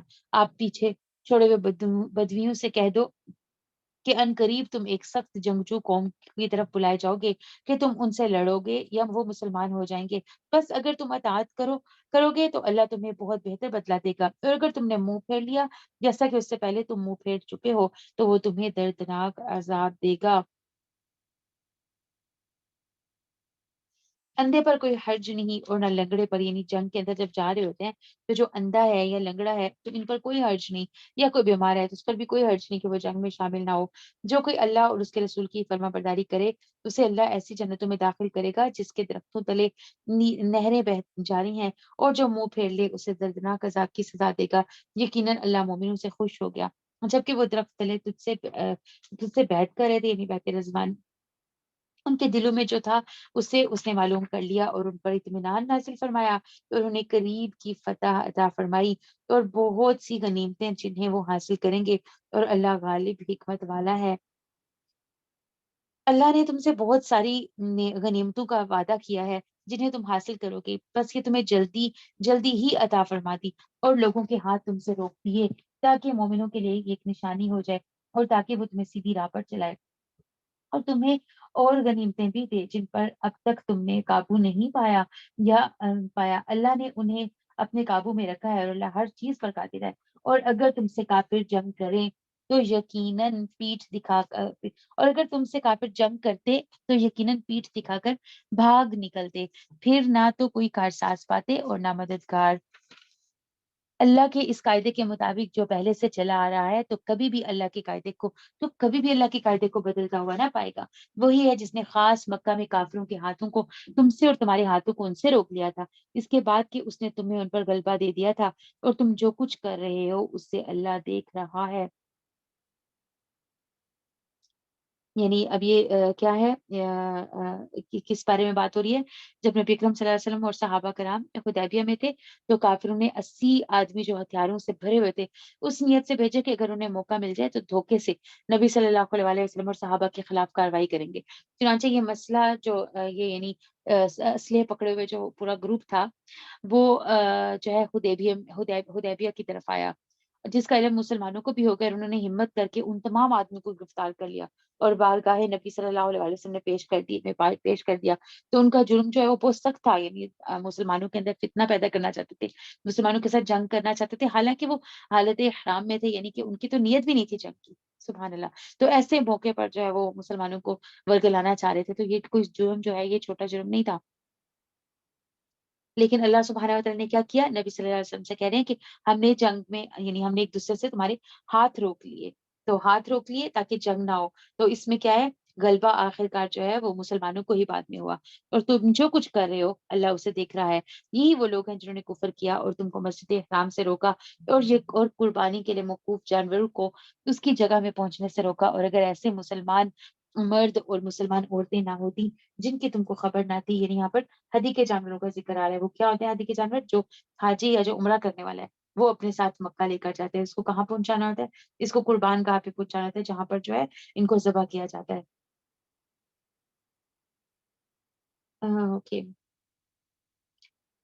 یعنی ان کے پاس یعنی ان کے پاس جانے کا احتمال نہ ہوتا، جس پر ان کی وجہ سے تم کو بھی بے خبری میں ضرر پہنچتا، تو تمہیں لڑنے کی اجازت دے دی جاتی، لیکن ایسا نہیں کیا گیا تاکہ اللہ اپنی رحمت میں جس کو چاہے داخل کرے۔ سبحان اللہ۔ یعنی کہ مکہ کے اندر جو ہے کچھ ایسے کمزور ترین جو ہے مسلمان بھی موجود تھے جو اپنے ایمان کو چھپائے ہوئے تھے، یعنی اپنا ایمان ابھی لوگوں پر ظاہر نہیں کرتے تھے۔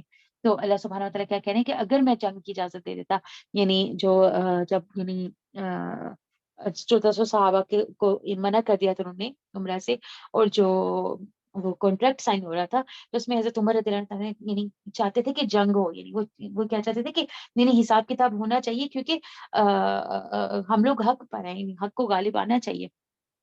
تو اللہ سبحانہ وتعالیٰ کہہ رہے ہیں کیوں جنگ کی اجازت نہیں دی، یعنی کیا وجہ تھی کہ جنگ نہ ہو، کیونکہ ابھی ادھر ایسے کچھ معصوم یعنی مسلمان تھے، کمزور مسلمان تھے، عورتیں تھیں، بچے تھے، جو ایمان تو لائے ہوئے تھے لیکن انہوں نے اپنا ایمان چھپایا ہوا تھا۔ تو اگر ایسا ہوتا کہ تمہیں جنگ کی اجازت دے دی جاتی تو خدا نہ خواستہ کیا ہوتا، مسلمان کو انجانے میں پتا نہیں تھا نا کہ کون مسلمان ہے وہاں پہ، تو انجانے میں کہیں مسلمانوں کے اوپر ہی ہاتھ نہ اٹھا بیٹھتا۔ تو اس لیے اللہ سبحانہ وتعالیٰ کہہ رہے ہیں کہ تمہیں جنگ لڑنے کی اجازت نہ دی گئی، لیکن ایسا نہیں کیا اجازت یعنی اس سے تمہیں روک لیا گیا تاکہ اللہ اپنی رحمت میں جس کو چاہے داخل کرے، اور اگر یہ الگ الگ ہوتے تو ان میں جو کافر تھے ہم ان کو دردناک سزا دیتے، جبکہ ان کافروں نے اپنے دلوں میں حمیت کو جگہ دی، اور حمیت بھی جاہلیت کی حمیت۔ سو اللہ نے اپنے رسول پر اور مومنین پر اپنی طرف سے سکینت نازل فرمائی۔ سبحان اللہ۔ تو یہ جو وقت لفظ آیا حمیت الجاہلیہ، اس جعل الذین کفروا فی قلوبہم الحمیت حمیت الجاہلیت فانزل اللہ سکینتہ علی رسولہ وعلی المؤمنین والزمکم کلمۃ التقوی وکانوا احق بها واہلها وکان اللہ بکل شیء علیما۔ سبحان اللہ۔ تو یہ جو ہے حمیت جاہلیہ کیا ہے، اس کا مطلب جو اہل مکہ کے لوگ تھے، انہوں نے جو مسلمانوں کو مکہ میں داخل ہونے سے روکا، یہ جہالت کی قسم کہی جا رہی ہے، یعنی یہ حمیت الجاہلیہ تھی، یعنی جاہلیت کی جو ہے وہ قسم تھی کہ تم نے کیا کیا ہے، جو مسلمان صرف عبادت کی نیت سے آ رہے تھے ان کو تم نے مکہ میں داخل ہونے سے یعنی روک دیا ہے۔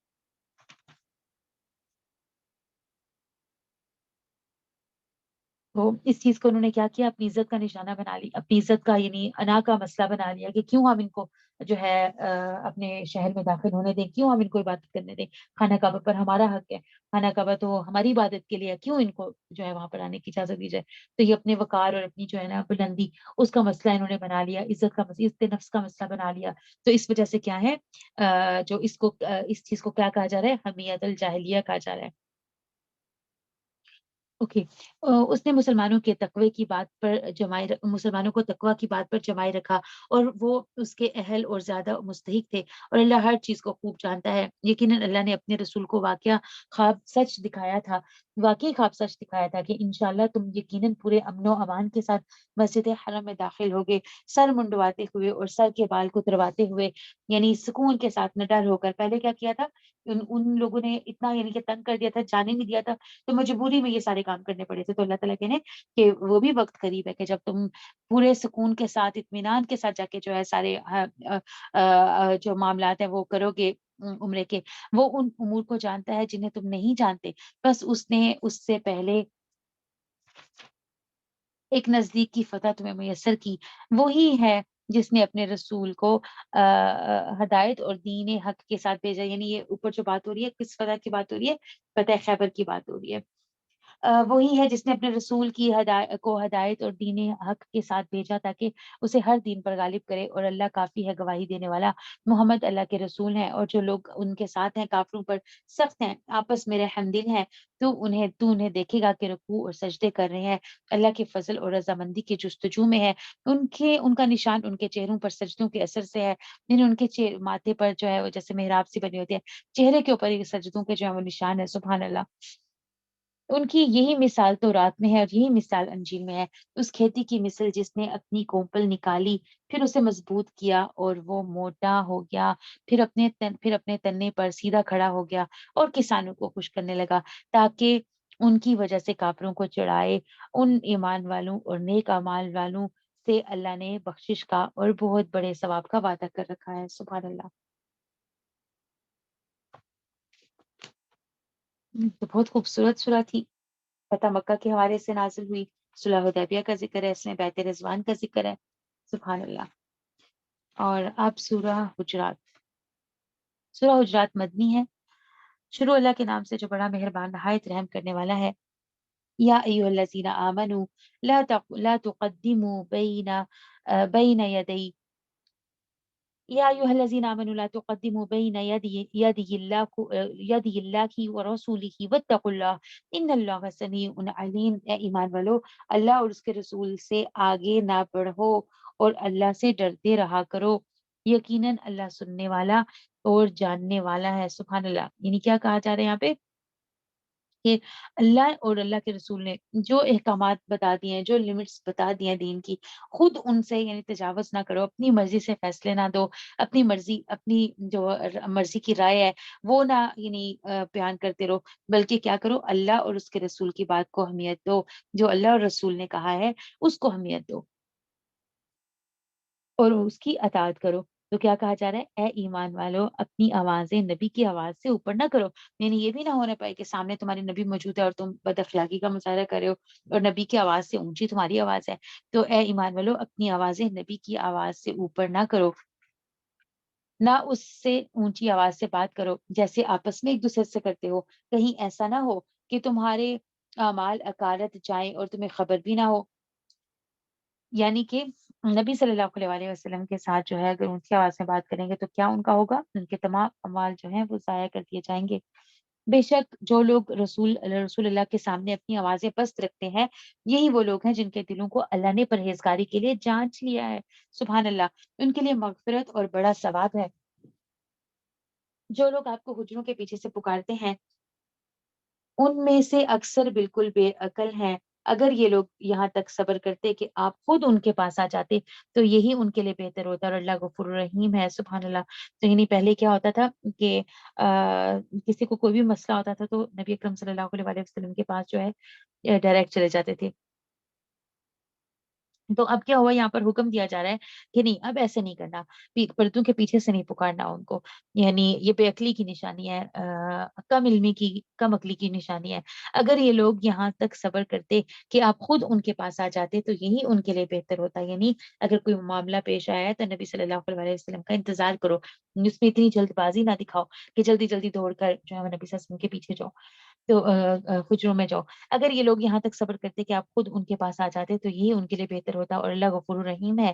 اے مسلمانوں، اگر تمہیں کوئی فاسق خبر دے تو تم اس کی اچھی طرح تحقیق کر لیا کرو، یعنی کوئی خبریں سن کر ایسے ہی آگے آگے نہیں پھیلا دیا کرو، بلکہ کیا کیا کرو، پہلے اس کو چیک کیا کرو، اس کی تحقیق کیا کرو، ضعیف ہے یا حقیقی یعنی صحیح حسن احادیث ہے یا جو بھی احادیث ہے یا کوئی بھی معاملہ ہے، پہلے اس کی تحقیق کرو کہ کیا واقعی ایسا پیش آیا تھا، پھر اس کو آگے پہنچاؤ۔ اے مسلمانوں، اگر تمہیں کوئی فاسق خبر دے تو تم اس کی اچھی طرح تحقیق کر لیا کرو، ایسا نہ ہو کہ نادانی میں کسی قوم کو ایذا پہنچا دو، پھر اپنے کیے پر پشیمانی اٹھاؤ۔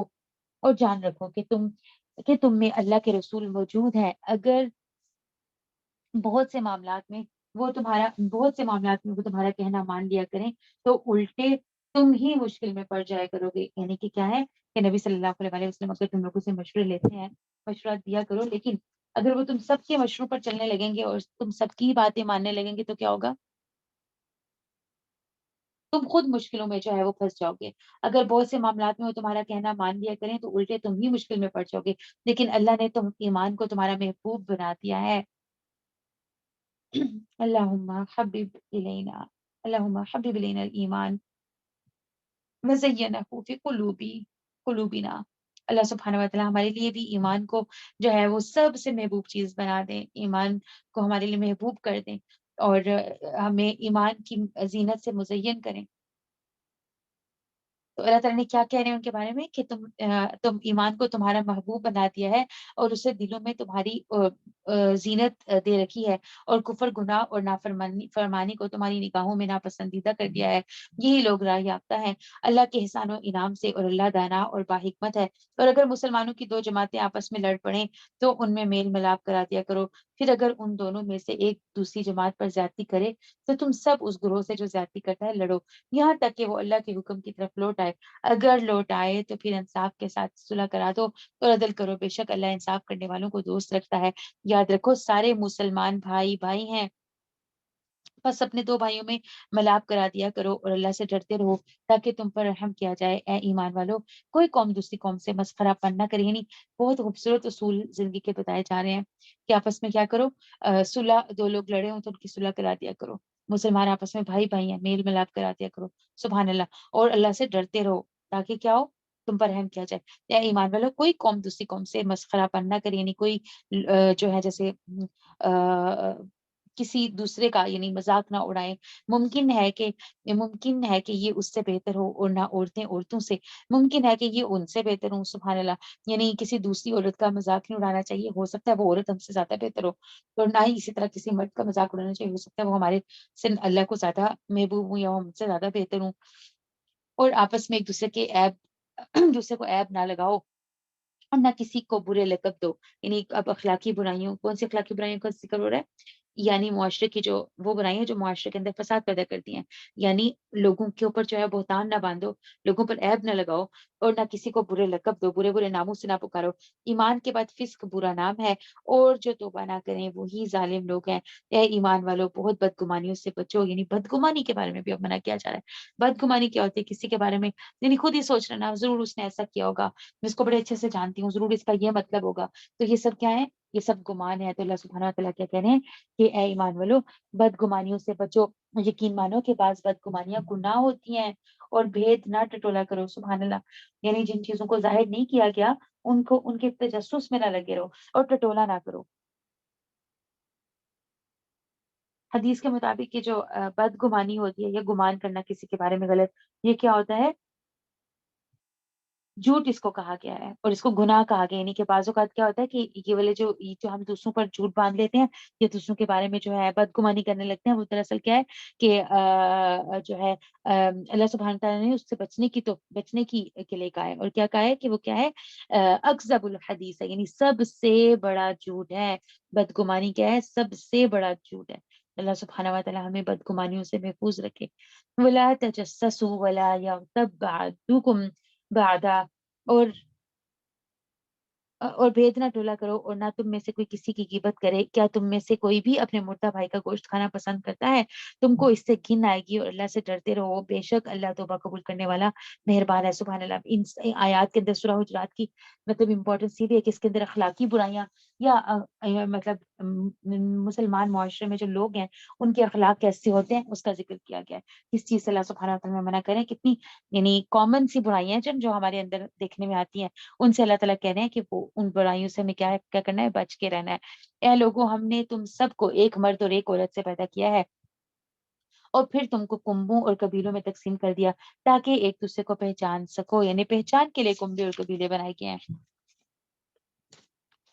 اللہ کے نزدیک تم سب میں سے با عزت وہ ہے، یعنی یہ جو بنا دیے ہیں قبیلے یا جو بھی چیزیں ڈیسائیڈ کر دی ہیں، سبحان اللہ، یہ کس لیے؟ صرف پہچان کے لیے ہے۔ اگر اللہ کی نظر میں دیکھنا ہے تو اللہ کی نظر میں درجوں کا معیار یہ نہیں ہے دنیا داری، اللہ کی نظر میں معیار کس کا ہے؟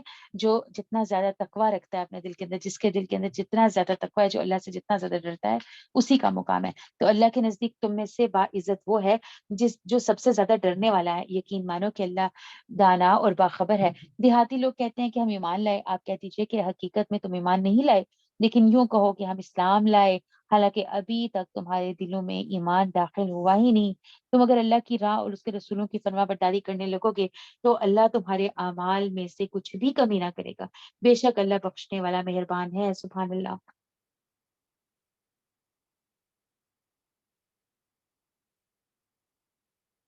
مومن تو وہ ہیں جو اللہ پر اور اس کے رسول پر پکا ایمان لائیں، پھر شک و شبہ نہ کریں، اور اپنے مالوں اور جانوں سے اللہ کی راہ میں جہاد کریں۔ تو جہاد صرف جہاد قتال نہیں، بلکہ کون کون سے جہاد کا ذکر ہو رہا ہے یہاں پہ؟ اپنے مالوں سے بھی جو ہے وہ جہاد کرو، جہاد بالمال بھی کرو، یعنی جہاد بالنفس بھی کرو، سبحان اللہ۔ مومن تو وہ ہیں جو اللہ پر اور اس کے رسول پر پکا ایمان لائیں، پھر شک و شبہ نہ کریں، اور اپنے مالوں اور جانوں سے اللہ کی راہ میں جہاد کرتے رہیں۔ اپنے یعنی کہ جو دعویٰ کیا ایمان کا اس کو سچا ثابت کرنے کے لیے، یہی سچے اور راست گو ہیں۔ کہہ دیجئے کہ کیا تم اللہ کو اپنی دینداری سے آگاہ کر رہے ہو؟ اللہ ہر اس چیز پر قادر ہے جو آسمانوں اور زمین میں ہے، بخوبی آگاہ ہے، اور اللہ ہر چیز کا جاننے والا ہے۔ اپنے مسلمان ہونے کا آپ پر احسان جتاتے ہیں۔ آپ کہہ دیجئے کہ اپنے مسلمان ہونے کا احسان مجھ پر نہ رکھو، بلکہ دراصل اللہ کا تم پر احسان ہے کہ اس نے تمہیں ایمان کی دولت، ایمان کی ہدایت کی اگر تم راست گو ہو۔ یقین مانو کہ آسمانوں اور زمین کی پوشیدہ باتیں اللہ خوب جانتا ہے، اور جو کچھ تم کر رہے ہو اس سے اللہ خوب دیکھ رہا ہے۔ سورہ قاف مکی سورہ ہے۔ بسم اللہ الرحمن الرحیم۔ آپ صلی اللہ علیہ وسلم سورہ قاف کو عید کی نماز میں پڑھا کرتے تھے۔ سبحان اللہ۔ تو قاف جو ہے حروف مقطعات ہے۔ شروع اللہ کے نام سے جو بڑا مہربان نہایت رحم کرنے والا ہے۔ قاف بہت بڑی شان والے اس قرآن کی قسم، بلکہ انہیں تعجب ہوا کہ ان کے پاس انہی میں سے ایک آگاہ کرنے والا آیا تھا۔ تو کافروں نے کہا کہ یہ کیا عجیب چیز ہے، کیا جب ہم مر کر مٹی ہو جائیں گے پھر یہ واپسی مطلب دور دراز کی ہے، یعنی عقل سے بالا تر ہے۔ زمین جو کچھ ان میں سے گھٹاتی ہے وہ ہمیں معلوم ہے، زمین جو کچھ ان میں سے گھٹاتی ہے وہ ہمیں معلوم ہے، اور ہمارے پاس سب یاد رکھنے والی کتاب ہے۔ بلکہ انہوں نے سچی بات کو جھوٹ کہا جبکہ وہ ان کے پاس پہنچ چکی، بس وہ ایک الجھاؤ میں پڑ گئے ہیں۔ کیا انہوں نے آسمان کو اپنے اوپر نہیں دیکھا کہ ہم نے اسے کس طرح بنایا اور زینت دی، اور اس میں کوئی شگاف نہیں، اور زمین کو ہم نے بچھا دیا، اور اس میں ہم نے پہاڑ ڈال دیے، اور اس میں ہم نے قسم قسم کی خوشنما چیزیں اگا دی تاکہ ہر رجوع کرنے والے بندے کے لیے بینائی اور دانائی کا ذریعہ ہو، اور ہم نے آسمان سے بابرکت پانی برسایا اور اس سے باغات اور کٹنے والے کھیت کے غلے پیدا کیے اور کھجوروں کے بلند و بالا درخت جن کے خوشے خوشے تہ بہتے ہیں، بندوں کی روزی اس کے لیے ہے۔ اور ہم نے پانی سے مردہ شہر کو زندہ کر دیا، اسی طرح قبروں سے نکلنا ہے، یعنی جیسے بارش برستی ہے تو زمین جو ہے پوری زندہ ہو جاتی ہے، اور جو ہے اس کے اوپر جڑی بوٹیاں یا جو پودے پھل پھول وغیرہ جو ہے لگنے لگتے ہیں، تو اللہ تعالیٰ کہہ رہے ہیں اسی طرح جو ہے قبروں سے نکلنا بھی ہے۔ ان سے پہلے نوح کی قوم نے اور رس والوں نے اور سمود نے جھٹلایا، اور عاد نے اور اور فرعون نے اور برادران لوط نے اور ایکا والوں نے اور تبا کی قوم نے بھی تکذیب کی، سب نے پیغمبروں کو جھٹلایا۔ بس میرا وعدہ عذاب ان پر صادق آ گیا۔ کیا ہم پہلی بار پیدا کرنے سے تھک گئے؟ بلکہ یہ لوگ نئی پیدائش کی طرف سے شک میں ہیں۔ ہم نے انسان کو پیدا کیا ہے اور اس کے دل میں جو خیالات اٹھتے ہیں ان سے ہم واقف ہیں، اور ہم اس کی رگے جان سے بھی زیادہ قریب ہوتے ہیں۔ سبحان اللہ۔ لگے جان یعنی کہ جہاں پر یعنی اگر وہ کٹ جائے تو کیا ہے، انسان کی موت واقع ہو جاتی ہے۔ تو یعنی اللہ سبحانہ و تعالیٰ علم کے لحاظ سے ہمارے اس سے بھی زیادہ قریب ہے، یعنی شہرک سے بھی زیادہ قریب ہے۔ سبحان اللہ۔